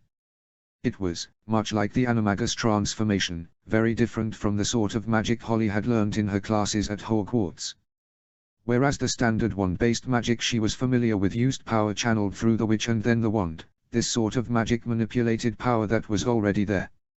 She could draw down bolts of lightning from the sky because there was magic in the air that wanted to be unleashed as wind or rain or lighting. She could examine wards and traps with gusts of magical wind because it already carried power with it. If this sort of magic is so powerful, why do wizards use wands and their own magic? Holly asked. Wands were invented by the Romans, as you've heard from Professor Bean several times, no doubt, but the powerful modern wands we use today are much more recent. Roman wands lacked the strengthening runes modern wands have, and so they had in almost every case much weaker cores than any wand you'd find for sale in Ollivanders. The synthesis of Norse runes, magical woodworking, and potion-making required to create a wand as powerful as yours only predates the start of secrecy by 50 years or so, Dumbledore explained, and Holly blinked. Really? So people used, ambient magic a lot more before that? Holly asked. They did. Indeed, it is thought the earliest witches and wizards used this type of magic essentially exclusively. The unfiltered manipulation of natural magic is what most are referring to with whispers of powerful ancient magic. As powerful as it is, though, it is severely limited. It requires sufficient natural magic in the palace you wish to cast in, carries much greater risk than wand magic, and is usually not nearly as rapid as wand magic. It can, however, come in useful from time to time, Dumbledore said. Holly was very glad to be exempt from end-of-year exams, because whilst her classmates were spending the last few weeks before the exams feverishly studying, she was able to prepare for the third task and get enough sleep. She wasn't skipping class or anything, but the homework had gradually fallen away and been replaced with revision. Her friends could only help her sporadically as the exam season got closer and closer, but Holly had learned well how to study magic on her own if she really needed to. She wasn't as fanatical as she'd been in her second year, but the situation wasn't nearly as serious, as full of traps, monsters and other champions as the maze was sure to be. It had been nothing next to confronting the heir of Slytherin and his basilisk. I can't believe we have to do crystal ball reading again this year, Ron said, one evening in the common room. Well, that's what happens when you stick with divination, Hermione said. Don't knock it, Hermione. Just because it's the one subject you're rubbish at, Ron said. I didn't have an inner eye, or whatever. What's your excuse for your predictions not coming true? Plenty of my predictions come true, Ron said, although he looked a little uncomfortable. Oh yeah? Like what? Ginny said, butting into the argument. My palm, Ron began, but then he coughed violently, almost like he was choking. His eyes rolled back, and Holly rushed over to try and help him. Then his eyes returned with a fierce intensity, and he spoke in a low voice. At the end, to the left, Ron said, and it sounded as if there were a dozen Rons, all speaking in harmony. Then he seemed to deflate, almost, and Ron coughed again. What the fuck was that? Holly said, and Hermione was so shocked she didn't even think to critique Holly's language. What do you mean? I must have swallowed something badly. It was just a little cough, Ron said, looking very confused. I think that was a real prophecy, Holly said, her eyes wide. But what could it mean? At the end, to the left, Hermione asked. Maybe it's about the maze, Ginny asked. I still don't know what you're talking about, Ron said. In the end, nobody knew quite what to make of Ron's prophecy, if he had actually made one. Holly told Dumbledore about it, but he had no more insight into it than she or Hermione had been able to find. Holly flew over the maze in her raven form at night several times, and there was no left turn to the top level, there were simply a pair of marble staircases leading up to it. The multi-layered construction meant she couldn't memorize much of the route, but she did get a good look at several of the traps being installed. Her friends were all progressing well with their own transformations, all of them had managed to get the full transformation down, and Ginny sometimes joined Holly on her nighttime flights. Holly had also learned how to transform only her eyes, allowing her to see as well as she could in her raven form without fully transforming. They were rather disturbing to look at, though at least they were the right size. The weekend before the third task, the final dueling competition was held in the Great Hall. Holly felt like she had wandered into the wrong class as she joined the other competitors in the little section. Everyone else there towered over her, and plenty of the boys had facial hair and mustaches. Some of them were even not laughably patchy. They all looked at Holly with a surprising amount of respect. Nobody here seemed inclined to dismiss her based on her age. Perhaps it was her fame, or that they knew just how good she'd have to be to make it here from the fourth-year competition.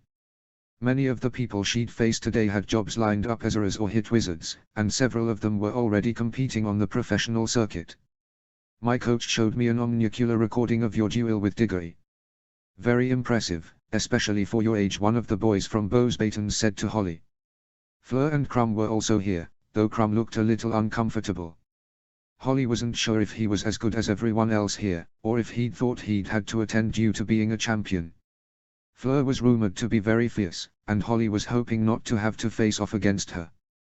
Not as much as she was hoping not to encounter Thomas Avery, who also here, though she was sure she could win that duel. Holly had to hand in a special permission slip to attend this final competition because the rules about spell use were much looser than the rest of the competitions. Sirius had signed it, of course, but he had told her to be careful. Holly wasn't all that worried. Loose restrictions were good for her because she'd wager she knew more curses than most of these 7th years. Some of them were still too dangerous for a sporting duel, but she stood a real chance at being able to smash down shield charms in a reasonable time frame under these rules. The open question was how many of them were capable of occlumency. It was a rare art, but Holly knew that Aurors at least were trained in it. Maybe some of the 7th years had done a little extracurricular preparation, though she'd be surprised if many of them knew it. Legilimency, especially as powerful as hers, was rarer still. Her first duel was against a boy from Durmstrang, Frederick Dolberg.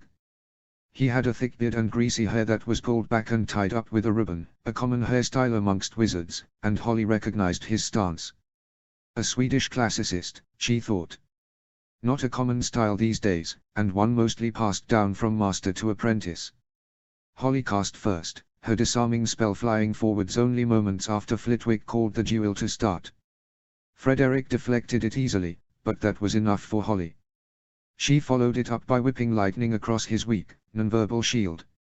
It cracked and splintered, and he was forced to spend yet more time recasting it, time Holly spent extending her mind. She found no mental defenses, and just as easily as she had with Cedric she was able to listen to Frederick's instincts. She didn't need to shield herself or try to anticipate what spell he might cast next, Holly knew what he was going to cast before he did. Her blasting curses slammed into his shield charms, and the few offensive spells he did cast were unable to buy him any time. Holly simply pushed him, attacking and attacking until eventually, perhaps a minute later, she broke his shields with a whip of bright blue-white lightning and disarmed him before he could cast another spell. Frederick was very gracious in defeat, and Holly handed him back his wand with a smile. Then she returned to the waiting area, and felt her blood run cold as the next round came up. She was to face Thomas Avery in the second round, the boy whose father she had killed with his own curse during the attack on the Quidditch World Cup.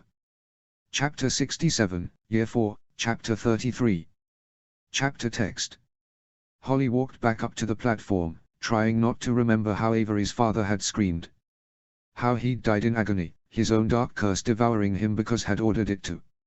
She felt her hand shake a little, and she felt like screaming. Why now, she despaired, of all times. Then she stood facing Avery, and her hand stilled. Her heart beat faster, and she felt something touch her mind. A brief, subtle presence. Avery was hoping to do the same thing to her that she had done to Frederick and Cedric. His legilimency was inelegant and amateurish, so she thought that he had little experience with it. Someone must have taught him this only recently. Attempting to use it before the duel had started was a breach of the rules, but Holly was more interested in who had taught it to Avery. She carefully misdirected his probe, emptying her mind and leading him into false trails.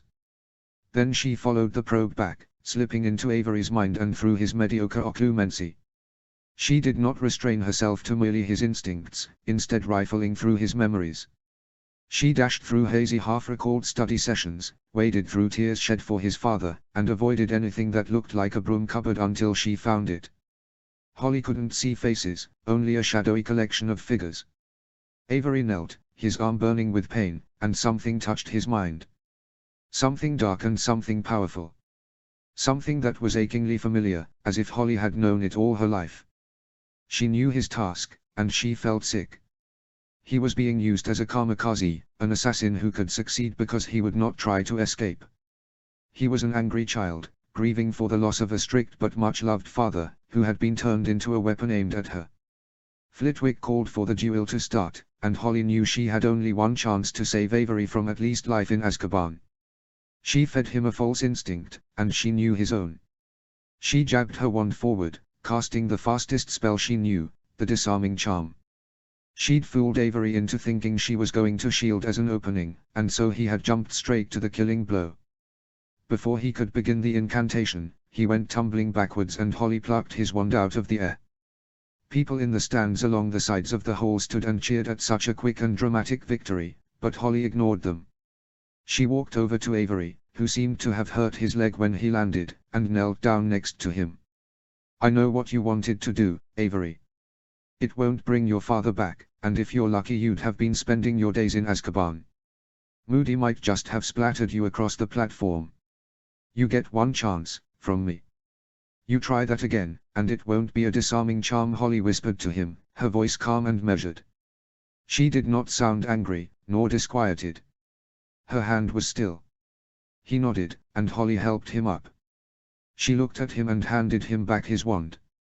He took it, gingerly, and Holly felt something as she handed it back. Some surge of recognition from the wand, acknowledging the true stakes of the duel and her decision to return it. Dumbledore looked at her from the staff table, and she saw pride in his sparkling blue eyes. She also caught Moody sliding his wand back into his sleeve, and shook her head ruefully.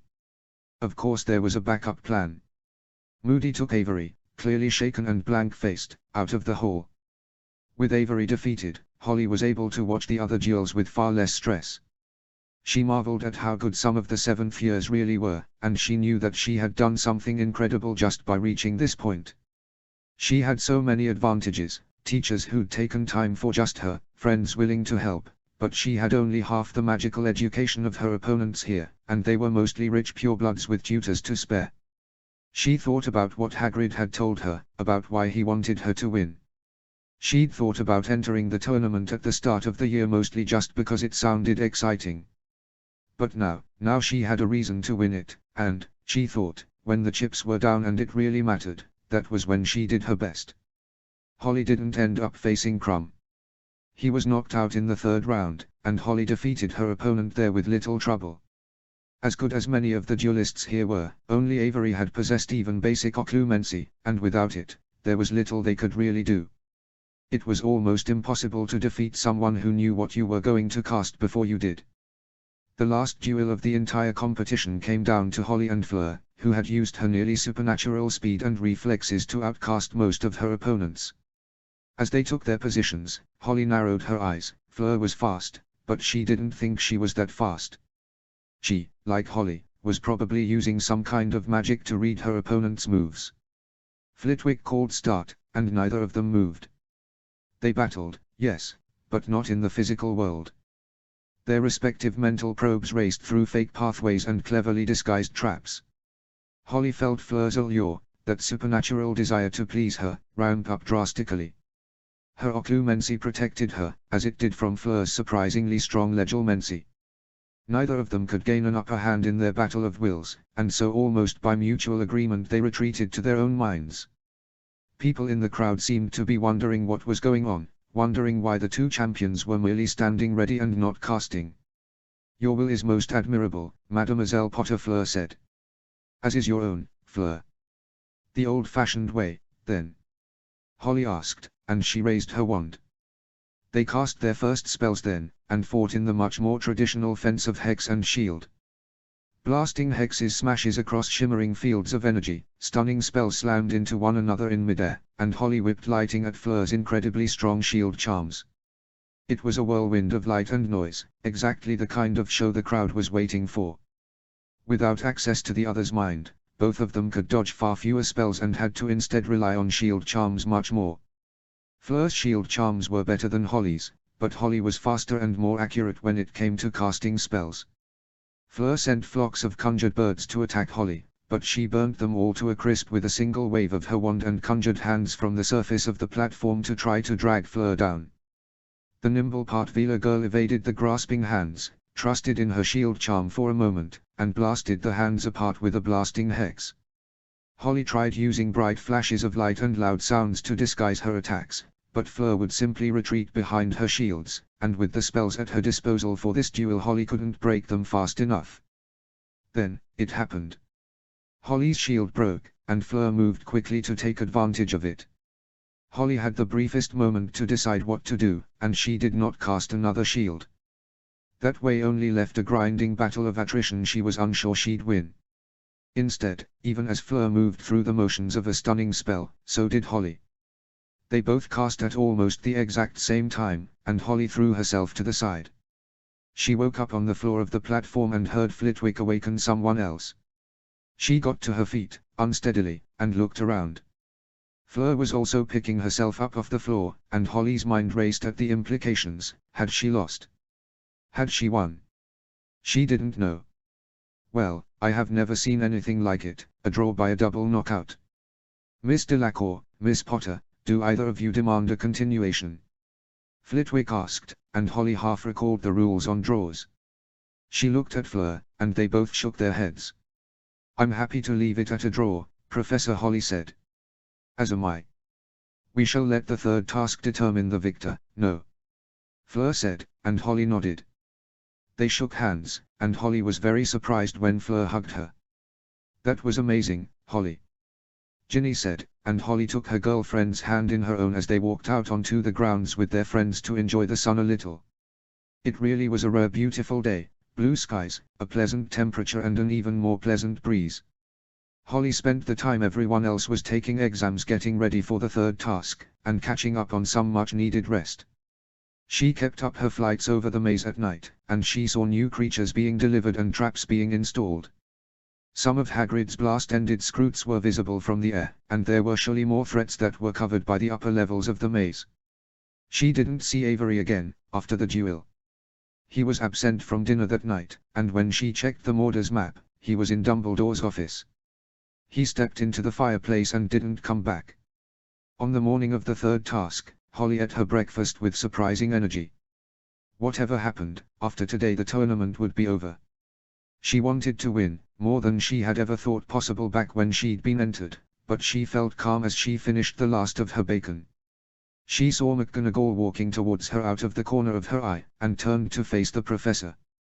"Potter, the champions are congregating in the chamber of the hall after breakfast," McGonagall said. "Already?" Holly asked, surprised. "The champions' families are invited to watch the task." "This is just a chance for you to greet them," McGonagall said, and Holly nodded. She hoped Remus had come as well as Sirius. He and her godfather might not have been married, but she knew how much they cared for one another. She finished the last bit of egg on her plate, sculled the rest of her pumpkin juice, and headed up to the chamber behind the Great Hall. The hidden door swung open as she approached, and she saw that the other champions were already inside. Fleur was talking to her sister, a little girl who looked just like her, whilst her silver-haired parents watched on. Krum was next to a gruff man and a dark-haired woman, and he was speaking to them in rapid Bulgarian. Cedric was sitting next to his father in a pair of worn-looking armchairs. Sirius and Remus were standing by the entrance, and Holly smiled as she saw them. "Sirius, you." "Remus," Holly said, and she hugged Sirius tightly, and then Remus more gently. He looked a little worn out, but he still smiled as she hugged him. "It's good to see you both," Holly said, smiling widely. "It's good to see you too, kid. You've grown since the last time I saw you in person," Sirius said. "We listened to the other tasks on the Wizarding Wireless, but I'm glad we can be here this time," Remus said, and Holly nodded. "The maze they've built looks wicked. It's got multiple levels and all sorts of stuff," Holly said. "I know, Bagman showed us all around it while you were having breakfast." "Merlin, is he annoying?" "What an ass," Sirius said, and Holly laughed. "He's awful. Not a bad commentator, though," Holly said. They then left the small chamber and walked onto the grounds, enjoying the clear skies and relatively warm weather. Holly talked about nothing all that serious, but she still felt glad to talk to her godfather. Her friends wandered over after about an hour, and she smiled as they did. "So this is the infamous girlfriend. She doesn't look like she's leading you down a path of wickedness," Sirius said, laughing, as Ginny approached. "Shut it, you overgrown dog. Or I'll show you just how wicked I am," Ginny said, and that made Holly laugh too. Dobby brought them a picnic basket and they had lunch outside, with Holly inviting her elf friend to sit with them. He took some convincing, but he did it in the end. The day passed all too quickly, however, and soon enough Holly was walking down to the pitch after the evening feast.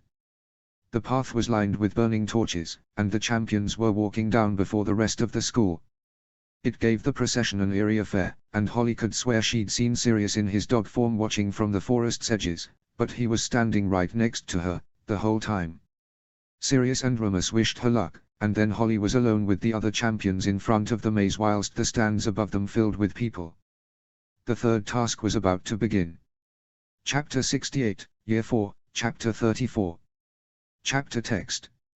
Holly only listened idly as McGonagall explained how to call for help or give up, her heart beating loudly in her chest. The crowd was already murmuring, the sound of people climbing the wooden stairs up to the stands like 100 huge drumbeats.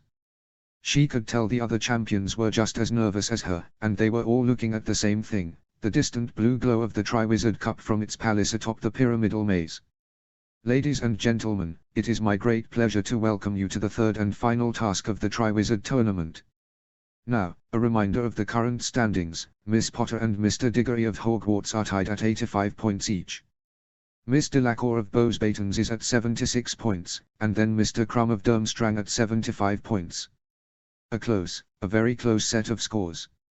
In a moment, Miss Potter and Mr. Diggory will enter the maze, and then 9 minutes later, so will Miss Delacour. 1 minute after that, Mr. Krum will follow," Bagman said, sitting in the commentator's box. A number of teachers from the 3 competing schools walked out then, carrying a variety of odd objects. Madame Hooch was pushing along a floating bludger, Madame Dupont was carrying a number of small pouches and vials, and more. They each approached the champions and started to hand out their boons. Holly got a bludger that would bash through obstacles for her from Madame Hooch for Gryffindor's victory in the Intercool Quidditch tournament, as well as a vial of Peruvian instant darkness powder and a set of glasses that could see in the dark from Madame Dupont.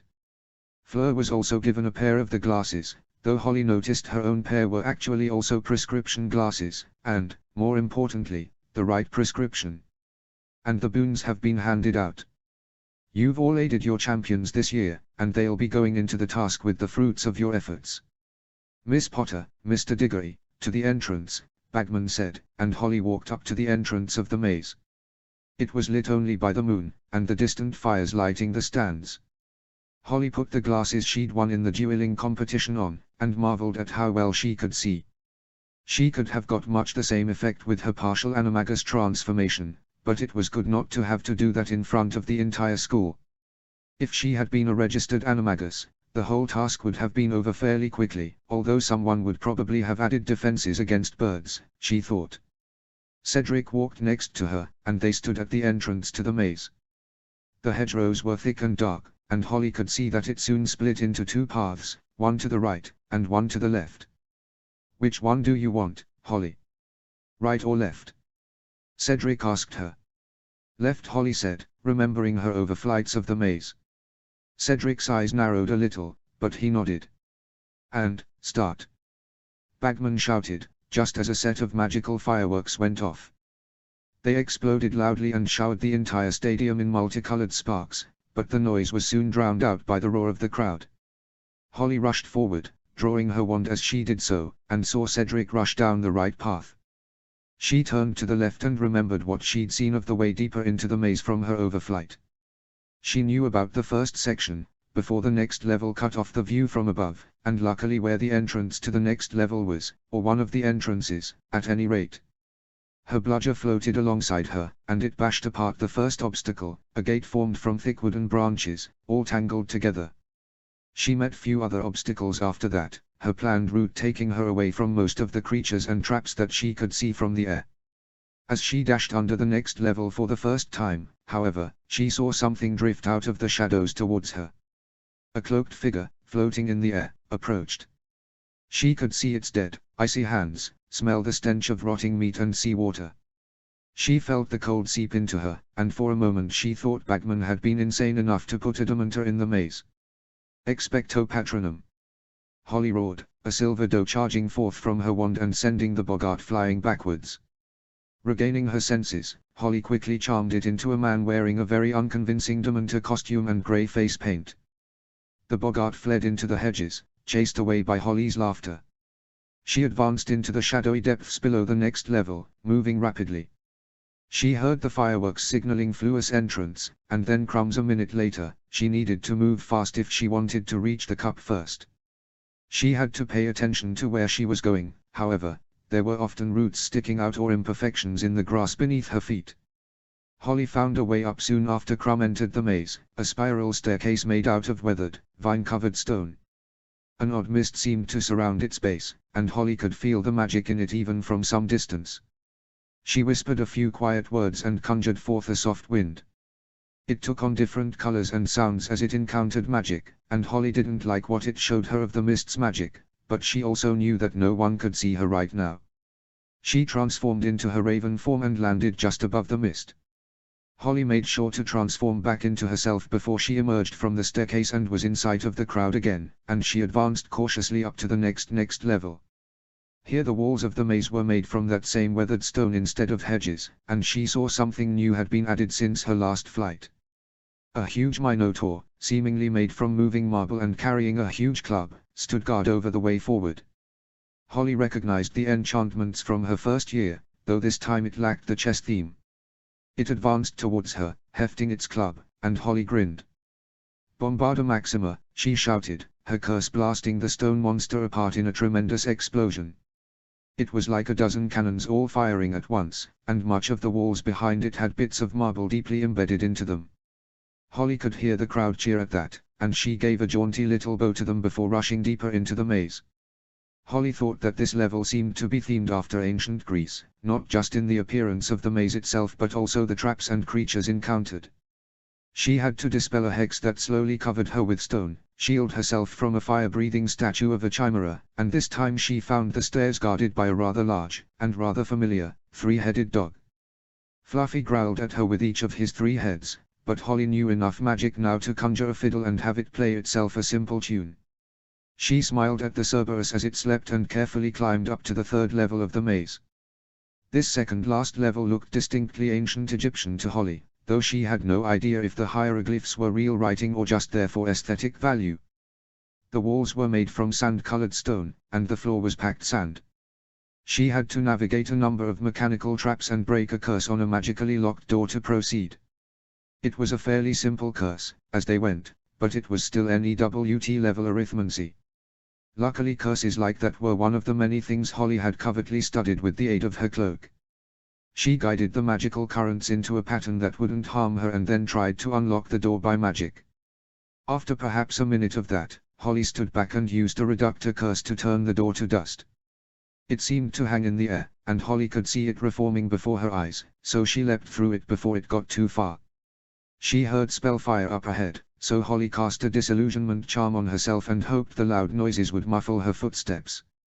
Fleur and Crumb seemed to be in a long-running fight, the longer range and plentiful cover letting it last much longer than the competition duels at 10 paces had. Holly had to duck as spells flew overhead, but she made it through without either champion realizing that she was there. A few turns later Holly found the long stone stairs up to the last level, the stone pavilion that held the altar with the cup.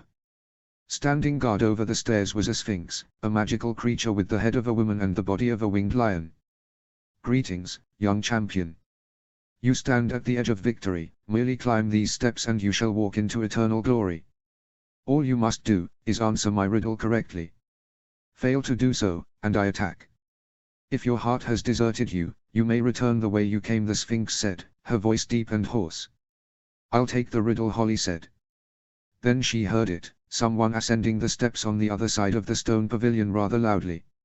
Holly didn't have time for a complicated riddle, but she did have a vial of instant darkness powder in her pocket. The Sphinx began to recite her riddle, whilst Holly palmed the vial. She threw it with great speed, and before the Sphinx could react Holly had dashed past her, the enchanted glasses allowing her to see through the darkness.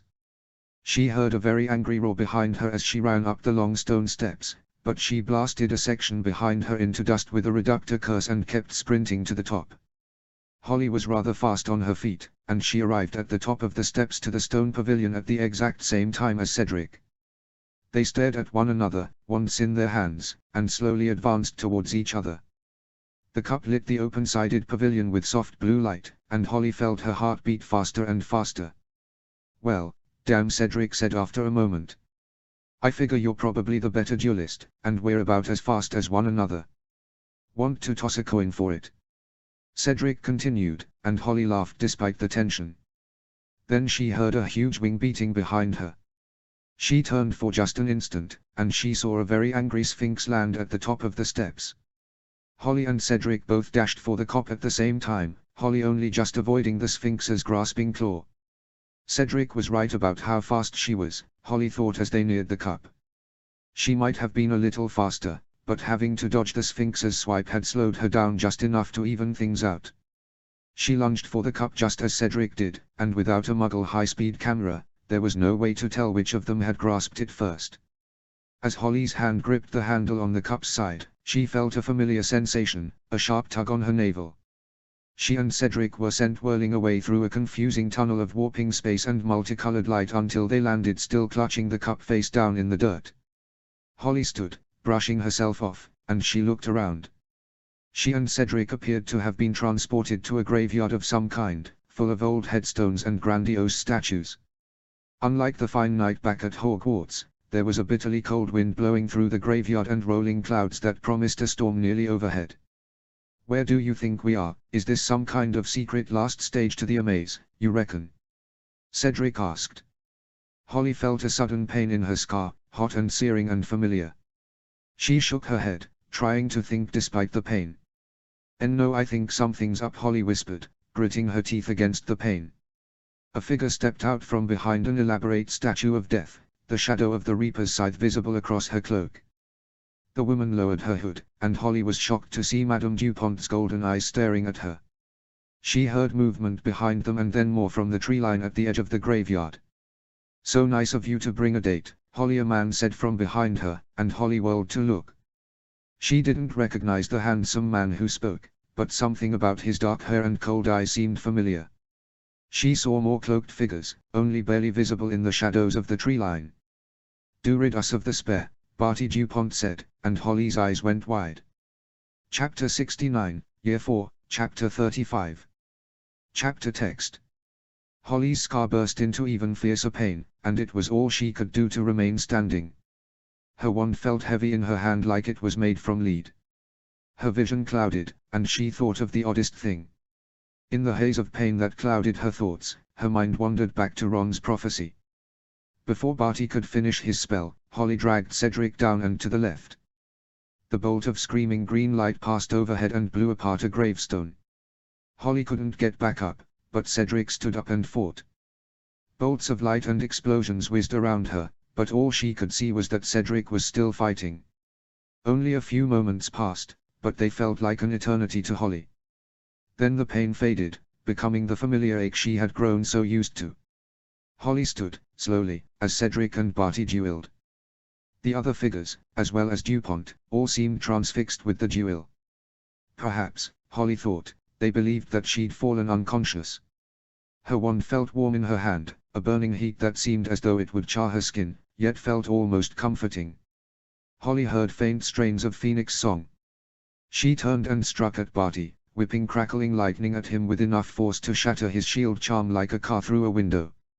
Multicolored shards of magic flew everywhere, and Holly did not give Crouch a moment to recover. "Get the hell away from him, Crouch!" Holly shouted, the crack of another lightning curse echoing her words. "Now you're really done for, asshole!"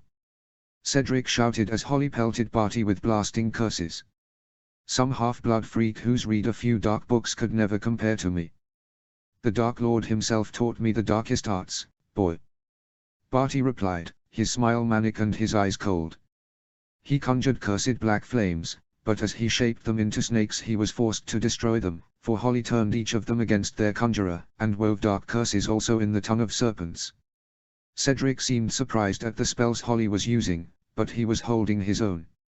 He might not know the sorts of deadly dark magic Holly and Crouch did, but blasting curses and cutting hexes were dangerous enough on their own. "Back to the cup, Holly, we should be able to," Cedric said, and then it happened. Holly saw the bright green light in the corner of her eye, and she turned too late. Cedric slumped bonelessly to the ground, his eyes dead and glassy. Faint wisps of acrid green smoke rose from his back, and DuPont lowered her wand, still glowing slightly from the power of the unforgivable curse. "Dear me, Barty. It seems that one overachieving badger and a 14-year-old girl were too much for you," DuPont said, her sing-song voice almost a cackle. She walked forward, and Holly stared in shock at Cedric's body. She sank to her knees and touched his face, feeling the unnatural coldness the killing curse left behind. "Cedric," Holly said, her voice barely more than a hoarse whisper. She felt tears well in her eyes, and the whispers grew louder. "I had it under control," Jean Barty growled, and the whispers grew louder. "We can make them hurt." "Oh. You were taking your sweet time dealing with that waste of pure blood, let alone the Potter brat. Not that that's a surprise, didn't she derail your little stunt at the World Cup?" DuPont said, and the whispers grew louder. Holly heard Phoenix song, too, but it could not drown out the whispers. "We can make them pay. He was chosen to oppose the Dark Lord. It is little surprise that the degenerate should be possessed of some power," Barty replied, and the whispers grew louder. "We can make them die." Holly closed Cedric's eyes, knowing that she wanted no one good or decent to see what was about to happen. She wiped away her own tears and felt the magic all around her. Crouch and DuPont had taken her somewhere where lie lines met, a place of power. She stood, and both Crouch and DuPont turned towards her. Holly raised her wand, slowly and deliberately. Her heartbeat had slowed, and her hand was as still as ice. She knew the words, the motion. She knew the hate. She had always known because the whispers had told her. They had told her in her cupboard, they had told her when she had faced Kirill, and when she'd had her wand to the heir's back. "What are you going to do, freak? Cast some more curses you learnt out of a library book at me? I don't think you have it in you to do real dark magic, no matter how much you hate me," Crouch sneered. "Avada Kedavra." Holly snarled, and she felt the stain creep into her. She put all of her hate into one spell, one screaming cry of rage and anguish. She saw the green light roar from her wand, heard the whistling, screaming noise. She saw Barty Crouch Jr. die by her hand, saw the look of utter shock on his face, and only then could she hear anything over the whispers. DuPont was staring at her, just as wide-eyed as Holly was. She could only look at her wand in horror, feeling sick as little motes of green light were carried away from the still glowing tip on the cold wind. I didn't, Holly said weakly, but she could say nothing. She had meant to kill Barty, she had known exactly what would happen when she'd cast the killing curse. She could hear the Phoenix song now, like a roaring chorus or waves crashing on a rocky shore. Then something hit her hard in the back, the world went dark. She woke some time later, though from what her bleary eyes could see she couldn't have been unconscious too long. It was still night, and Holly could see that the dark clouds had just arrived, perhaps half an hour, she thought. As her vision cleared, she realized something was holding her upright, something cold and immovable. The statue of the Reaper, of what wizards might call a deathly power, had been enchanted to hold Holly tight with one of its stone arms. The other held a skeletal hand over her mouth. She could breathe, but not talk. She could see the pattern on the inside of the statue's cloak, now, and she thought there was something familiar about it. The other figures Holly had seen were now fully visible. Some of them wore the robes and skull masks of the Death Eaters, some were dressed in dragon hide and goblin chain like DuPont, and some were dressed in yet more styles, furs, formal robes. Holly saw Barty's body lying where it had fallen, and she felt sick. She could still feel the cold killing magic, like an echo on her soul. Cedric was lying not all that far away, and then the Triwizard Cup. She saw for the first time the name on the headstone the statue was guarding, Tom Riddle, and Holly felt dread. A huge, bubbling cauldron had been set up not far from her, full of what looked to be blood, and Holly could see one of the Death Eaters standing next to it. His hood and mask were down, though, and Holly saw Lucius Malfoy stir the potion with a look of utter terror on his face. DuPont was standing nearby, holding some sort of bundle, and another figure was chanting in what Holly thought might have been Old Norse. He was a tall, slender man with long, matted blonde hair. He wore only a pair of dark leather pants, turned a rusty red with old bloodstains, and every inch of his bare chest was covered in runes. They seemed to have been burnt into his skin, and they glowed with a fell red light as he chanted, growing brighter and brighter. There was a flash of red light, and the crackling fire beneath the cauldron became a bright crimson inferno. It took the form of a coil of snakes, whirling and writhing beneath the cauldron. Holly could feel the magic rushing towards it, as whatever spell the man had used tapped deeply into the natural magic of the world. "It is done," asked a high, cold voice, one that was very familiar to Holly. It seemed to have come from the bundle DuPont was holding like a baby. "It is, my lord. The fires of rebirth have been lit, and the dragon's blood is ready," DuPont said, her voice breathy and excited. "Then begin," the voice said again, and DuPont strode forwards. Holly got only a glimpse of whatever was in the bundle of dark cloth, but she didn't need to see to know who the deformed bay-like creature was. To know who that high voice was. Her scar burned, and Holly was thankful for the hand covering her mouth. She wouldn't give him the satisfaction of screaming in pain. DuPont lowered the bundle into the boiling dragon's blood almost reverently, and the crimson fire beneath roared higher. She looked to Malfoy, whose face seemed to have turned to a stony impassiveness. He raised his long, dark wand and spoke. "Bone of the father, unknowingly given, you will renew your son." Lucius Malfoy chanted and was echoed by a dozen more voices. The stone beneath Holly's feet cracked open with a tremendous snapping noise. Holly's eyes went wide with horror as she saw dust rise up out of the grave and flow into the bubbling cauldron. As the bone touched the liquid inside, the fire beneath the cauldron turned a familiar bright green. "Flesh of the servant, willingly given, you will revive your master."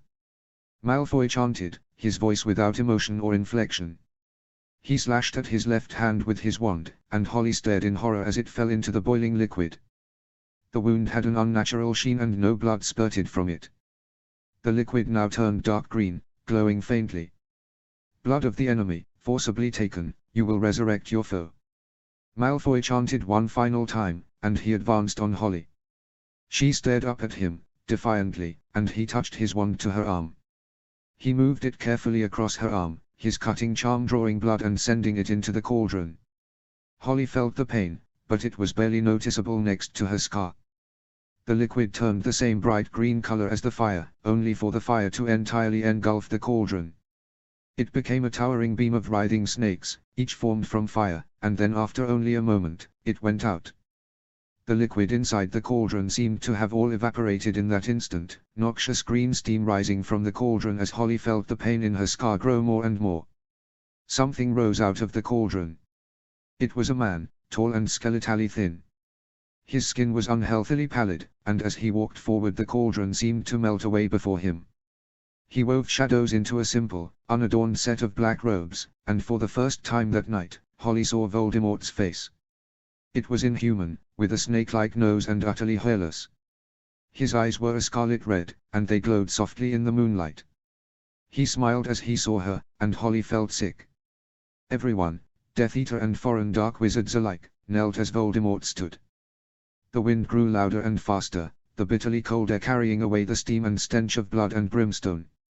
Lightning flashed in the distance, and Holly could only stare in wide-eyed horror. Lord Voldemort had returned. Chapter 70, Year 4, Chapter 36. Chapter text. Hello, Holly. I have heard so many things about you, heard of your power. I must admit, at first I thought them the words of fools and desperate old men, but I have seen more, this year. You have performed admirably, though not even your power could prevent my return, Voldemort said, walking closer and closer to Holly. Nobody else stood yet, they were all still on their knees. Holly couldn't speak, the stone hand was still covering her mouth, but she could move her feet a little. She could focus her mind, and sense the magic around her. This graveyard, this town, they were a nexus of ley lines, a place where natural magic converged. There was power in the air, in the earth, in the wind here. All Holly had to do was harness it. For that, she needed a little time. How foolish of me, you can't reply. There, isn't that better? Voldemort asked as the statue moved its skeletal hand away from Holly's mouth. Screw you, Holly said, her voice hoarse. Now that's not very nice. You've been so helpful to me, after all, delivering exactly the thing I needed here right on schedule, Voldemort said, leaning in closer and closer to Holly. She felt her scar burn, and then the faintest trickle of blood burst from it. You could have used anybody who hated you for that ritual. Why me? Why go through all that with fixing the tournament instead of having DuPont curse me in the back? Holly asked, drawing in the grave dirt at her feet slowly and subtly. Because there is power in your blood, girl. Your mother's sacrifice was powerful enough to kill me, once, and powerful enough to drive me from the stone. Now that same blood that shielded you all these years runs in my veins. Now I can touch you, Voldemort said, and pressed a finger to her scar. Holly screamed as the pain ripped through her, and Voldemort's finger was covered in blood as he took it away. I didn't need the protection to kill the you in your diary, or your stupid snake, Holly said, looking Voldemort straight in the eyes. She sent her memory of Riddle's final, fearful scream towards his mind again and again. Lucius has informed me of your victory over my past self. After that, only a fool could doubt your power. Poor Barty did, and look where that got him. He was such a good boy, so loyal, so charming. But you have power. We could do great things together, Voldemort said, and still, the others had not risen. It seemed like in his mind, the only people in the graveyard were him and Holly. What makes you think I'd ever help you? Holly said, and she felt the power grow within her. She felt the storm above with her mind, felt the earth below, and the statue holding her. She just needed time. There is darkness in you, girl, and do not deny it. I saw the spell you used to kill Barty, the hate in your eyes. What can Dumbledore and his school offer you compared to me? I can teach you the secrets of Sorlaser Slytherin and Herpo the Foul, the ancient magics lost to the dark places of history. I can give you power, Voldemort said, and one of the Death Eaters shifted a little. Voldemort whirled around, and he lifted Lucius Malfoy into the air with a mere gesture. Malfoy's hands went to his neck, but something slipped through them. A heavy silver locket seemed to almost drag Lucius through the air towards Voldemort. He held out a hand, and a long yew wand rose from Barty's body into it. He took the locket in his hands and opened it. Holly could see that there was a note inside.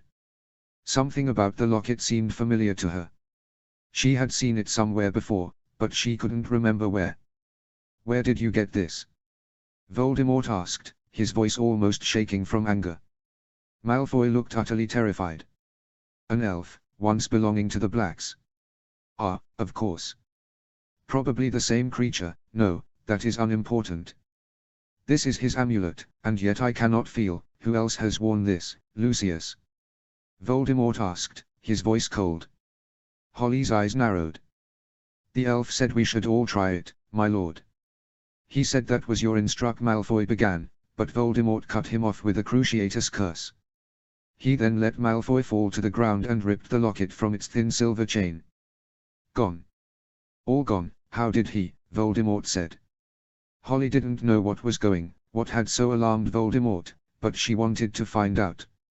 She delved into Lucius's mind, the pain of the curse allowing her easy access, and she saw flashes.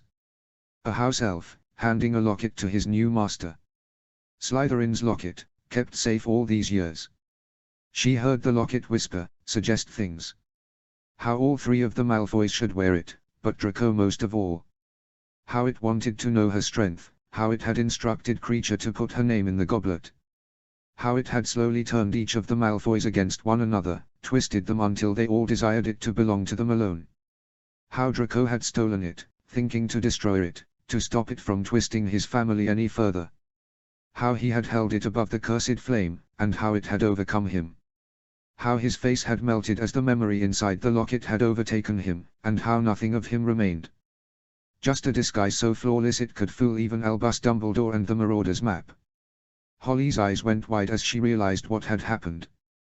Whatever the diary had been, Voldemort hadn't simply made one in his school days, he'd made more. One of them had been the locket Lucius Malfoy was currently wearing, but it no longer held any memory of Voldemort, any of his power. Because it had done what the diary could not, and returned. It had bided its time and stolen a body for good, utterly annihilating whatever might have remained of Draco. Holly felt sick. Draco might have been her enemy at school, but he hadn't deserved that. She'd heard his screams as his face melted. She saw the note, then. It was written in familiar handwriting, and lay in just the right angle so that she could read it in the little moonlight that made its way through the clouds. To the victor the spoils. By the time you read this, I shall be long gone, along with every galleon dear Lucius had. I will return and take what should have been mine. There is, after all, only room for one Dark Lord. Lord Voldemort had not only returned, he had returned twice. Somewhere out there was a second Voldemort, running around with Draco Malfoy's body, and he had been ever since the last Hogsmeade weekend. Malfoy had gone to visit his parents in the village, Holly remembered.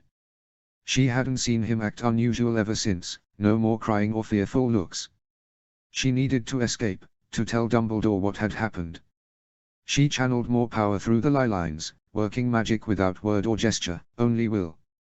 Such put magic into the storm above, the ground below, and the many statues of the graveyard. She could never use magic like that in a fight, but she was lucky that Voldemort loved to hear himself talk, and that he'd gotten distracted by Malfoy. Oh Lucius, did you not listen when I entrusted the diary to you? You were not to allow anyone to fall under its spell. We must move quickly, then, Avada Kedavra, Voldemort said, almost casually turning the killing curse on Lucius. My lord? Dupont asked. Dear Lucius has been most foolish with one of my things, my dear. But our plans can continue, Holly. I had almost forgotten. Have you considered my offer? Voldemort asked her, as the others started to rise. Holly had to close her eyes because the sheer power she was channeling through her body had caused them to glow. She could feel the magic burning in her veins, now. It was power unlike any she had experienced before, like she was tapping into some cosmic power socket with a fork. Not even you will join you, Tom. I'm not going to join your stupid collection of sycophants and losers, Holly said.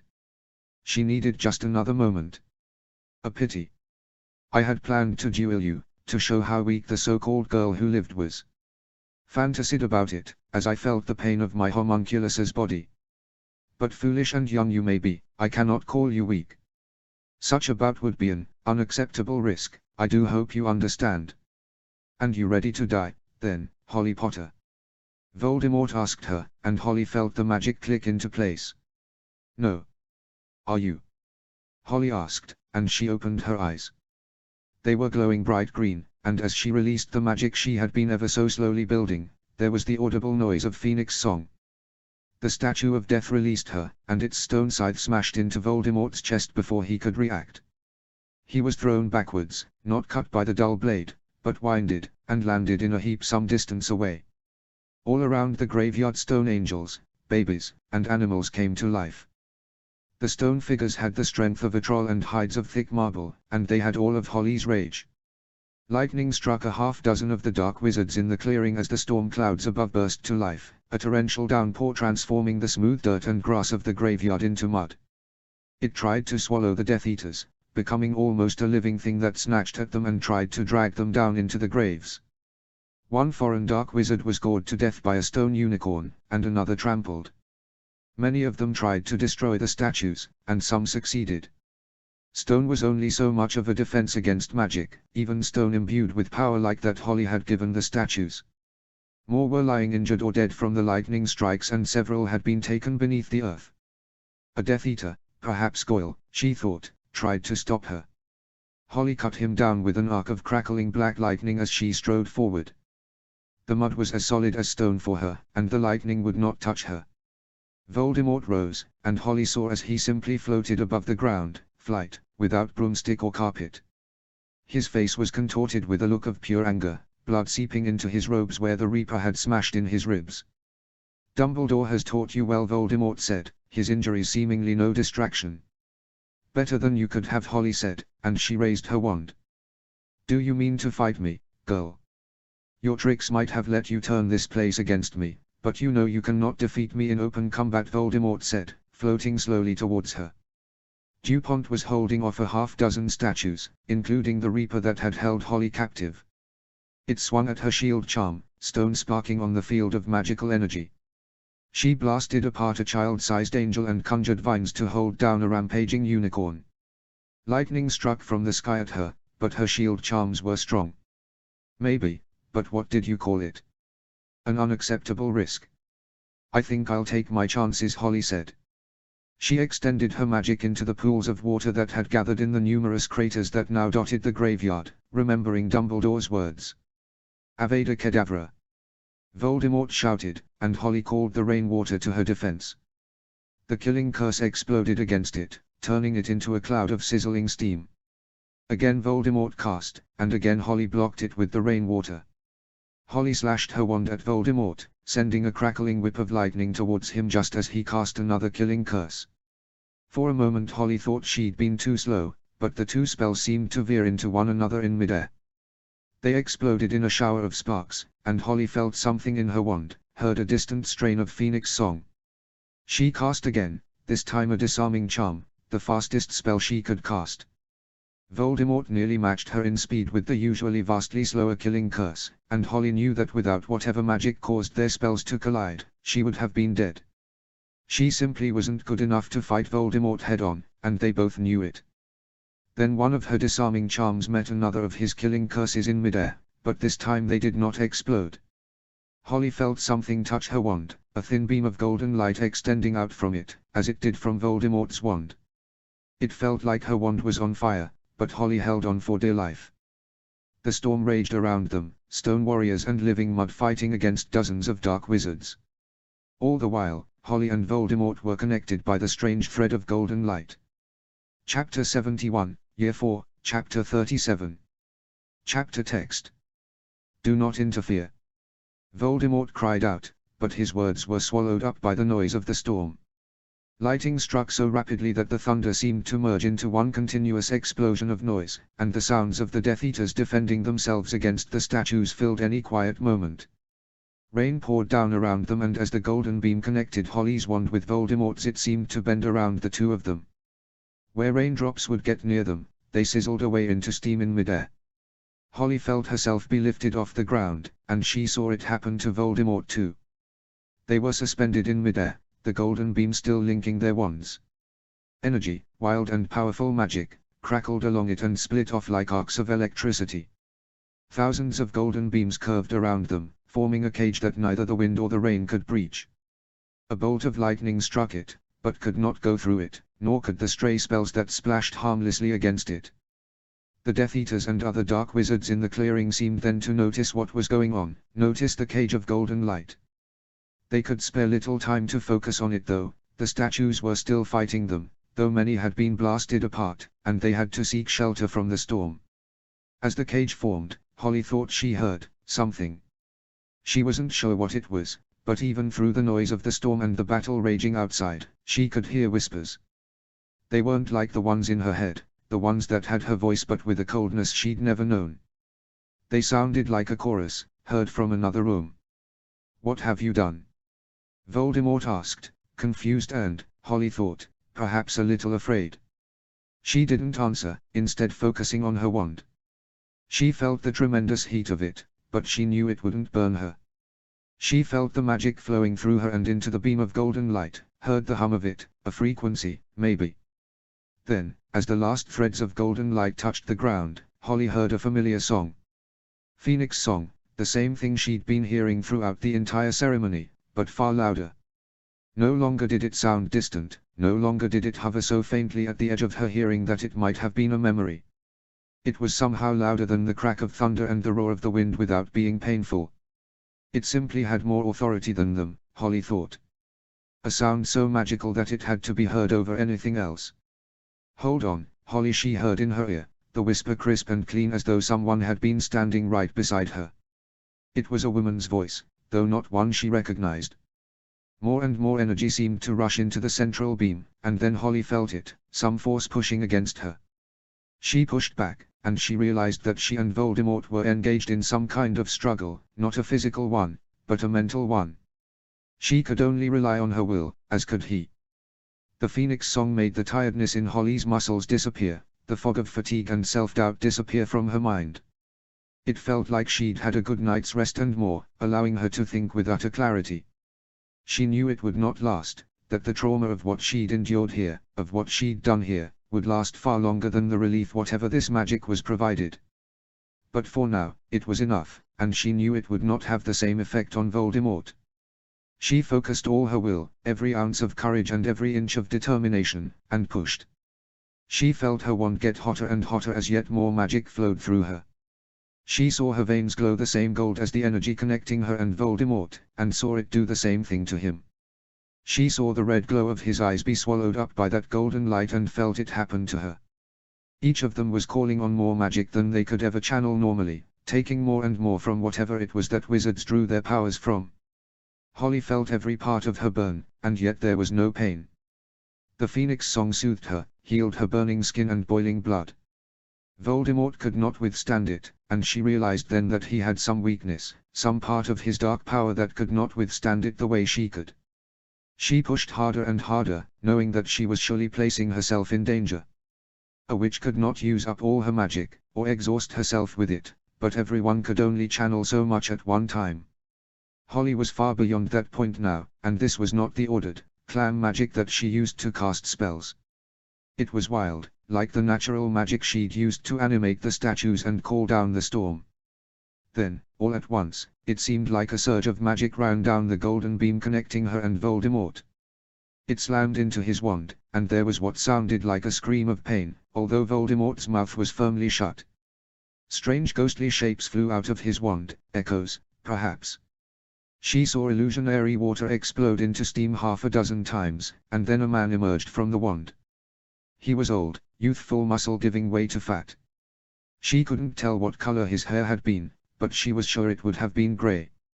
He was dressed like a muggle, just an ordinary man, she thought. He could have been any older fellow from any country town. He was a real wizard then. "You fight him, girl," the ghost said, and Holly nodded. He floated in the air, and Voldemort looked at him disdainfully. "I will," she promised, and she looked at Voldemort's U-wand.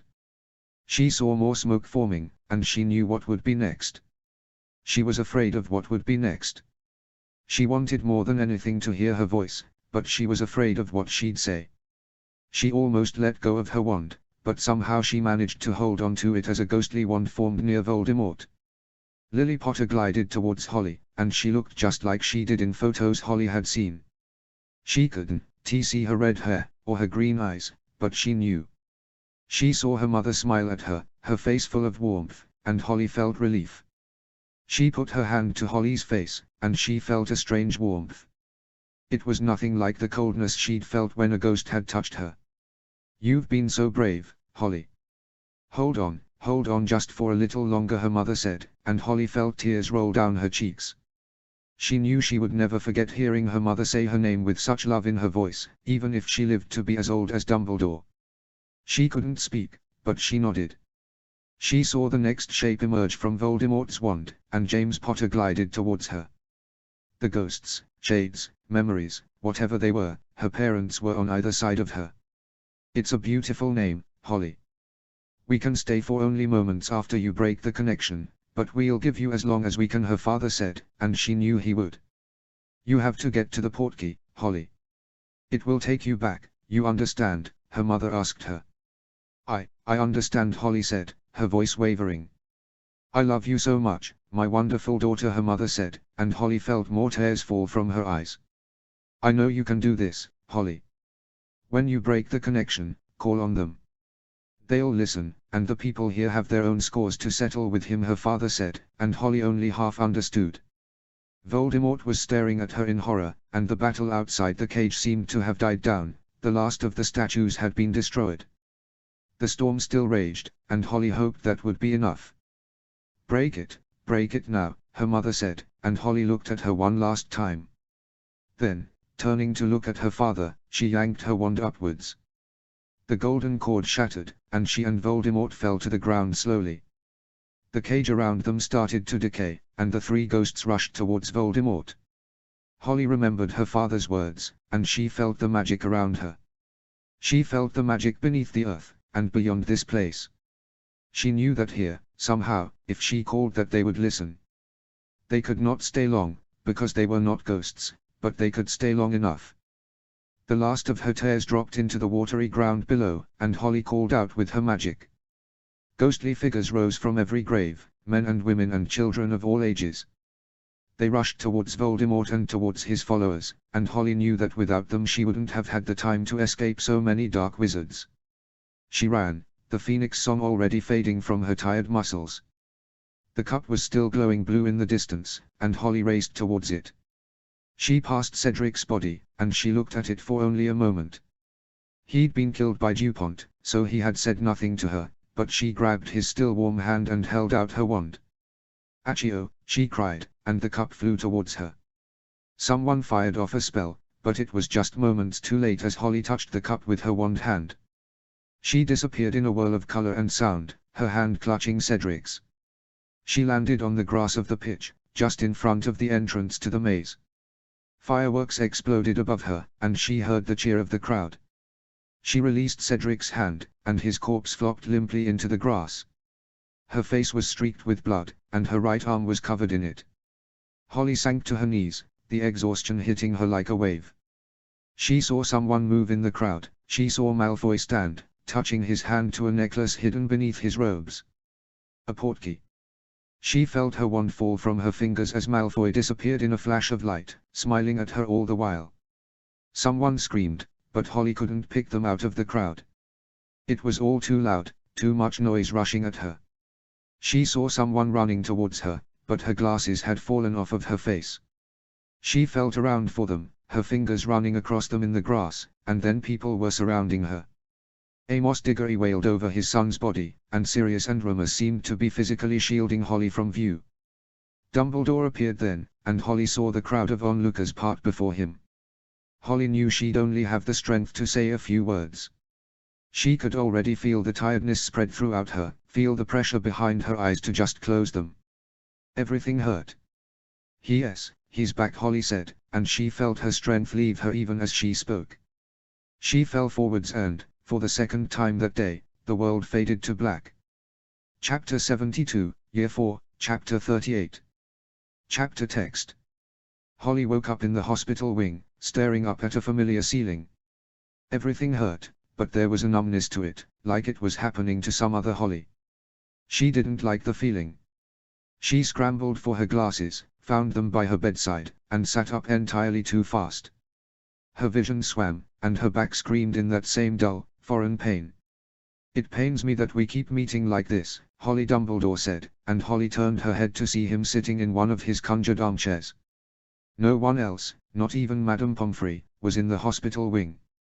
How long have I been? Only a few minutes. I am afraid I asked Madame Pomfrey to wake you up and to give you something for your pain, quite against her advice. We have precious little time if what you said has really happened, Dumbledore said. It happened, Holly said, quiet and angry. Never think that I doubt you, my dear girl. In any other case, I would let you sleep, for your injuries are both severe and unusual. But Voldemort's back. That's not the worst of it, Holly said, and Dumbledore raised an eyebrow.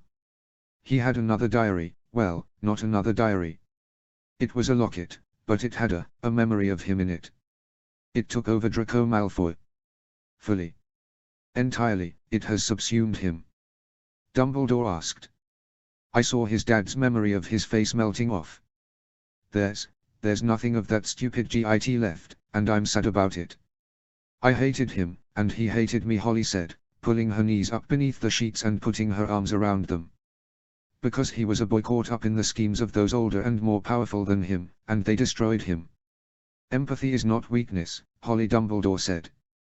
I used it, Holly whispered, ashamed. Her wand hand was still as she remembered pouring all of her hate, all of her fury, into the spell. Into the killing curse. Of that, I am well aware. Fortunately, I took the liberty to edit the history of your wand, before any errors arrived, Dumbledore said. His voice didn't have that tone of levity, and his eyes didn't sparkle, but it wasn't condemnation either. Maybe I deserve to go to Azkaban, Holly said. She couldn't look at Dumbledore, couldn't face him. She'd promised him, long ago, not to use a spell like the Unforgivables.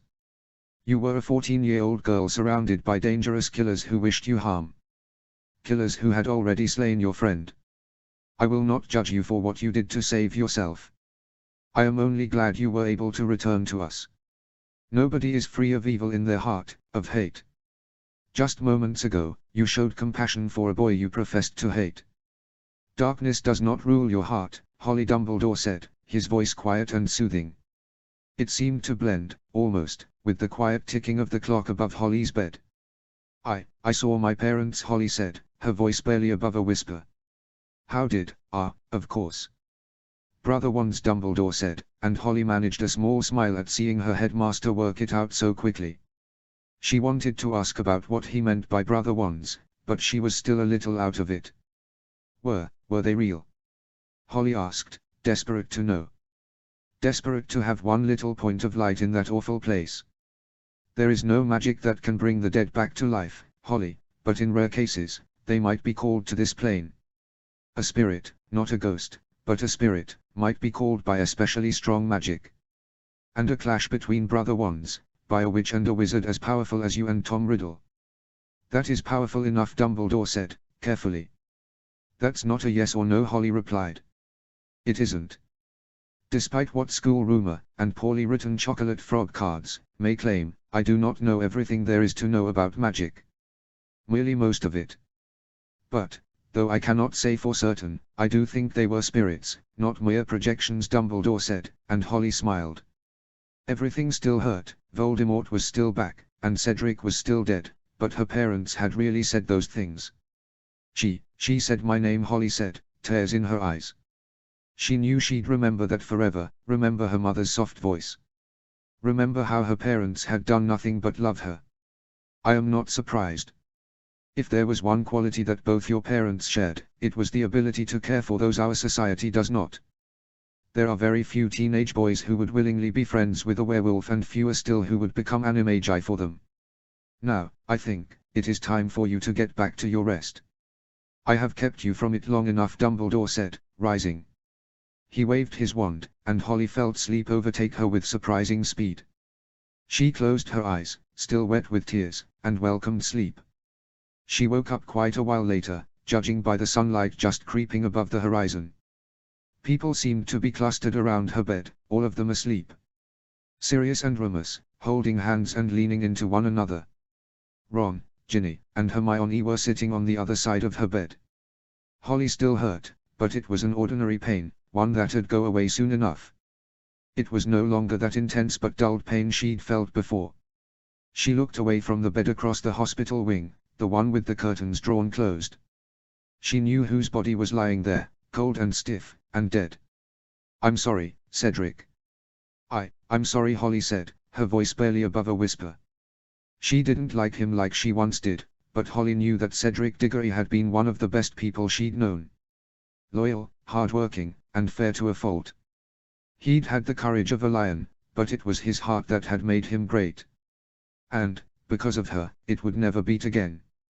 Death was with her, she thought bitterly.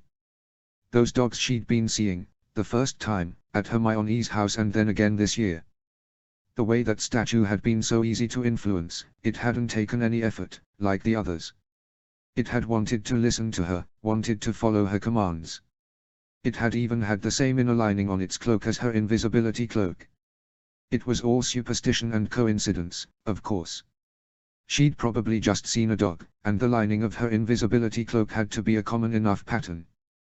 The sort of half-dream, half-thoughts she had in the strange space between being asleep and being awake weren't the kind of thing she had to worry about. She had more than enough worries in the waking world.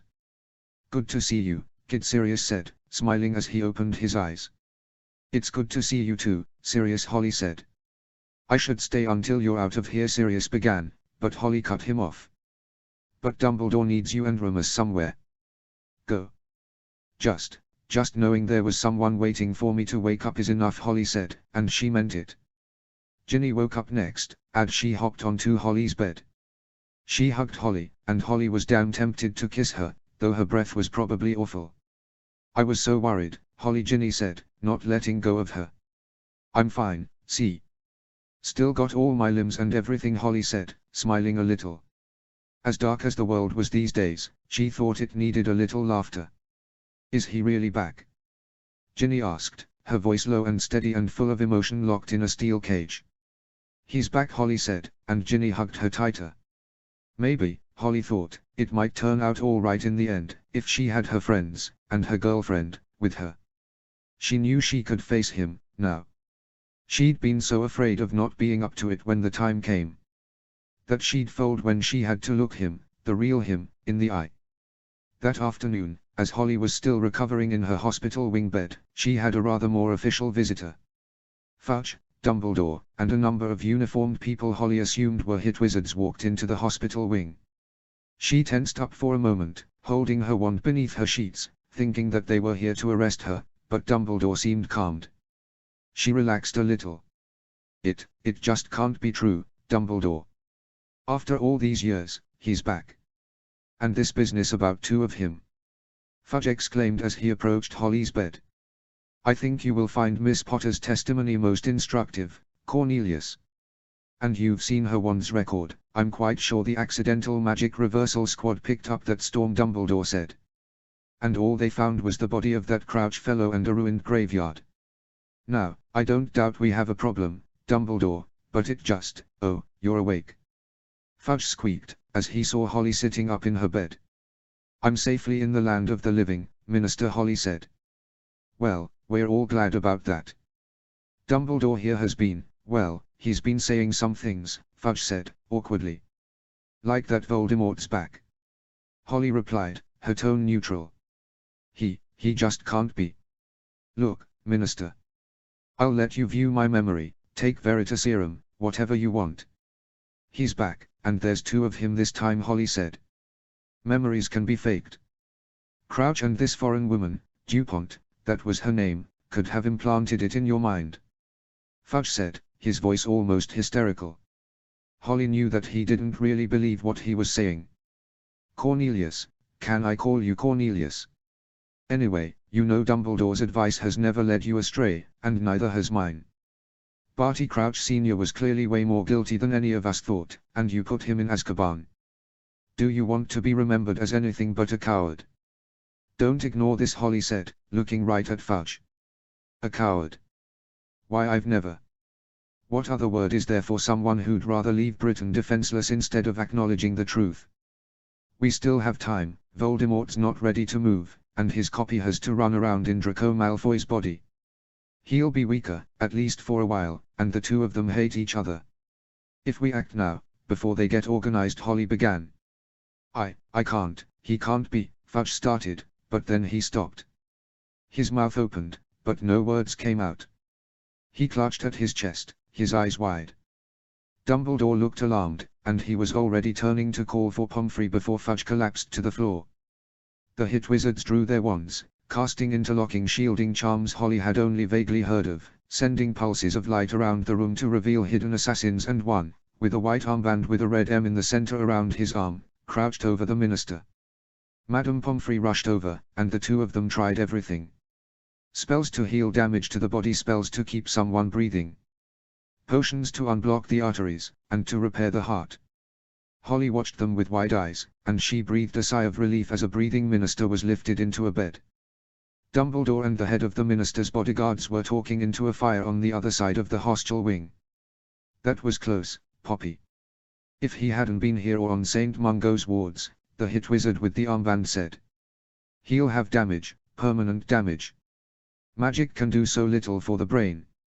Will he be able to continue as minister? The hit wizard asked quietly.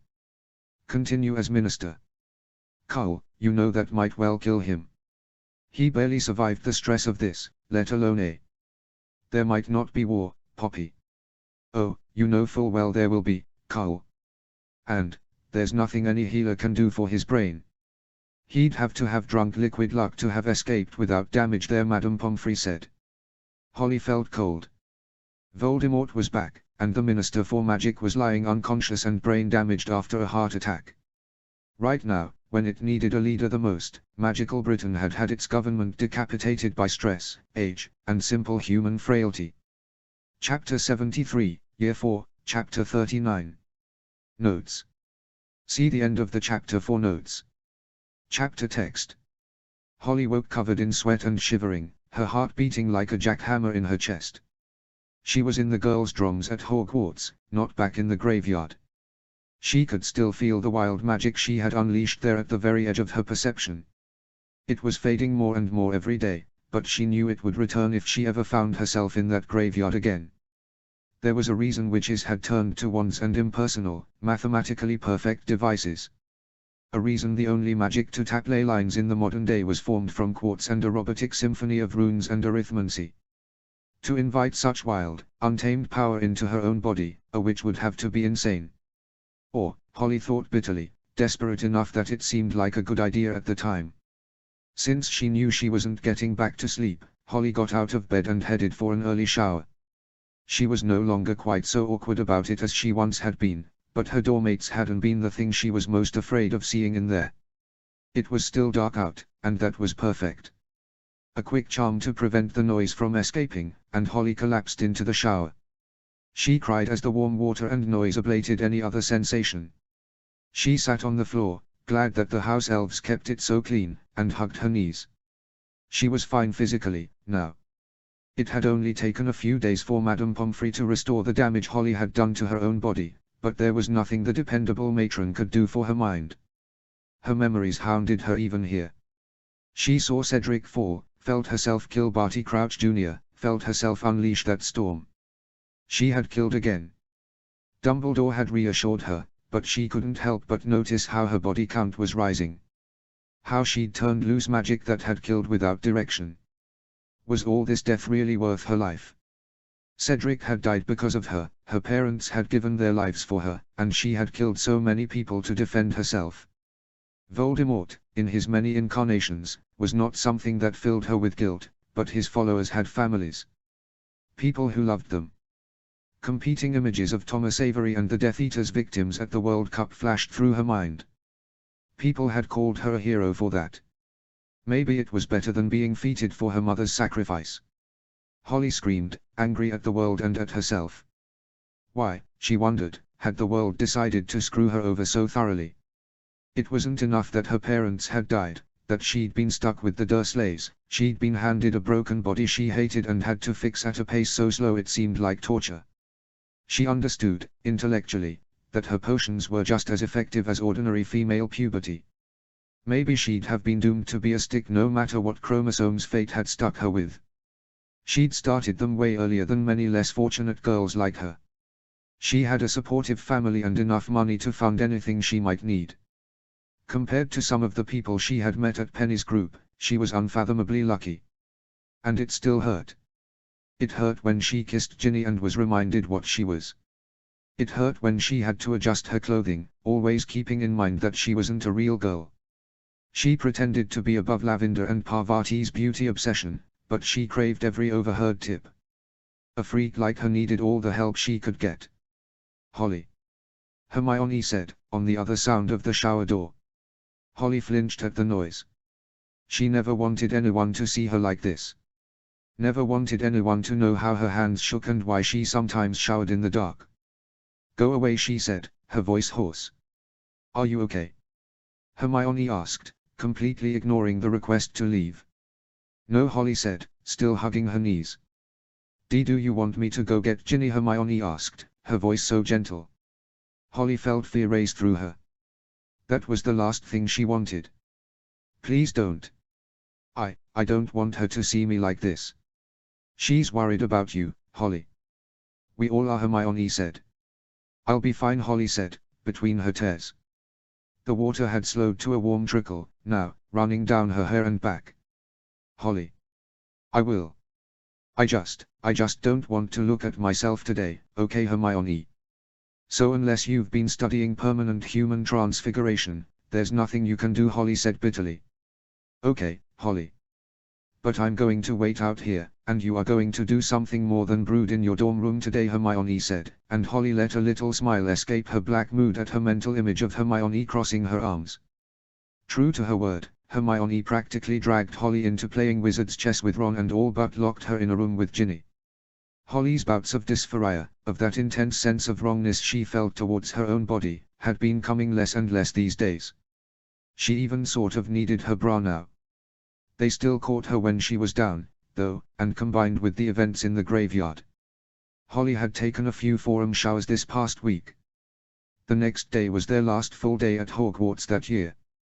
The leaving feast lacked the usual celebratory banners and cheerful atmosphere. Only somber black banners hung in the Great Hall, and the food tasted like ash in Holly's mouth. The bag of gold sitting in her trunk delivered by some anonymous ministry functionary, her winnings from the tournament, weighed heavily on her. Dumbledore stood, and even the desultory conversation that had sprung up died down. Nobody so much as whispered. The end of another year at Hogwarts. What should have been a celebration of victory and brotherhood had now become a time of mourning, for someone who should be here is not, Dumbledore said, and Holly saw how pale and red-eyed many of Hufflepuff's were. How so many had come up to her and said she'd tried her best to save him. How none of them had hated her as they should have. Cedric Diggory was a brave, decent boy who wanted nothing more than to help his friend. He was a hero to those of us who feel left behind or ignored, and a friend to many. He exemplified the best traits of his house: loyalty, hard work, and friendship. His sense of fair play and honesty was legendary, and we are all the poorer for his death. Therefore, I think you deserve the truth of his death, Dumbledore said, and Holly went still. So, it seemed, did everyone else in the hall. They all knew what Dumbledore was about to say, but to hear it said like this would take it from whispered rumor to fact. When Dumbledore stood up in front of all the students of Hogwarts and said it, it would be real. Cedric Diggory was murdered by forces attempting to return Lord Voldemort to life. They succeeded. But, were it not for the actions of Hogwarts' two champions, we would not have the luxury of warning we have now. Never forget that Cedric's sacrifice may save many lives in the years to come. Never forget that without the bravery of Cedric Diggory and Holly Potter, we would have been utterly unprepared for the storm on the horizon. In these dark years that must surely come, it may prove that Cedric Diggory has already turned the tide, Dumbledore said. The words were of little help to Holly, but she knew they weren't for Holly. They were for the Hufflepuffs, who sported new looks of determination. They were for all the students who could find some meaning in Cedric's death, who could deal with the loss of their friend by seeing it as a noble sacrifice. Holly knew the truth. Cedric had been defending her when a coward cursed him in the back. He had died to save her, and Holly almost hated him for it. She raised a toast to him anyway, and let Ginny slip her hand into Holly's. It was all her girlfriend could do, but it was enough. The Triwizard Tournament's aim was to further and promote magical understanding. In the light of Voldemort's return, the ties we made this year are more important than ever. To all the guests here, I say this: these halls will serve as a refuge to you should you need it. It is only together that we will triumph, only if we set aside our divisions and unite will we emerge from this darkness, Dumbledore said, and Holly saw many of the students from Durmstrang and Beauxbatons nodding along. Remember, Cedric. Remember, if the time should come when you have to make a choice between what is right and what is easy, remember what happened to a boy who was good, and kind, and brave, because he strayed across the path of Lord Voldemort. Remember Cedric Diggory. Holly boarded the Hogwarts Express with a heavy heart, but that last journey back to the world outside Hogwarts proved to be filled with laughter. She, Ron, Ginny, and Hermione passed the time by losing to Hermione at blackjack, eating sweets, and telling all the stories they'd accumulated this year.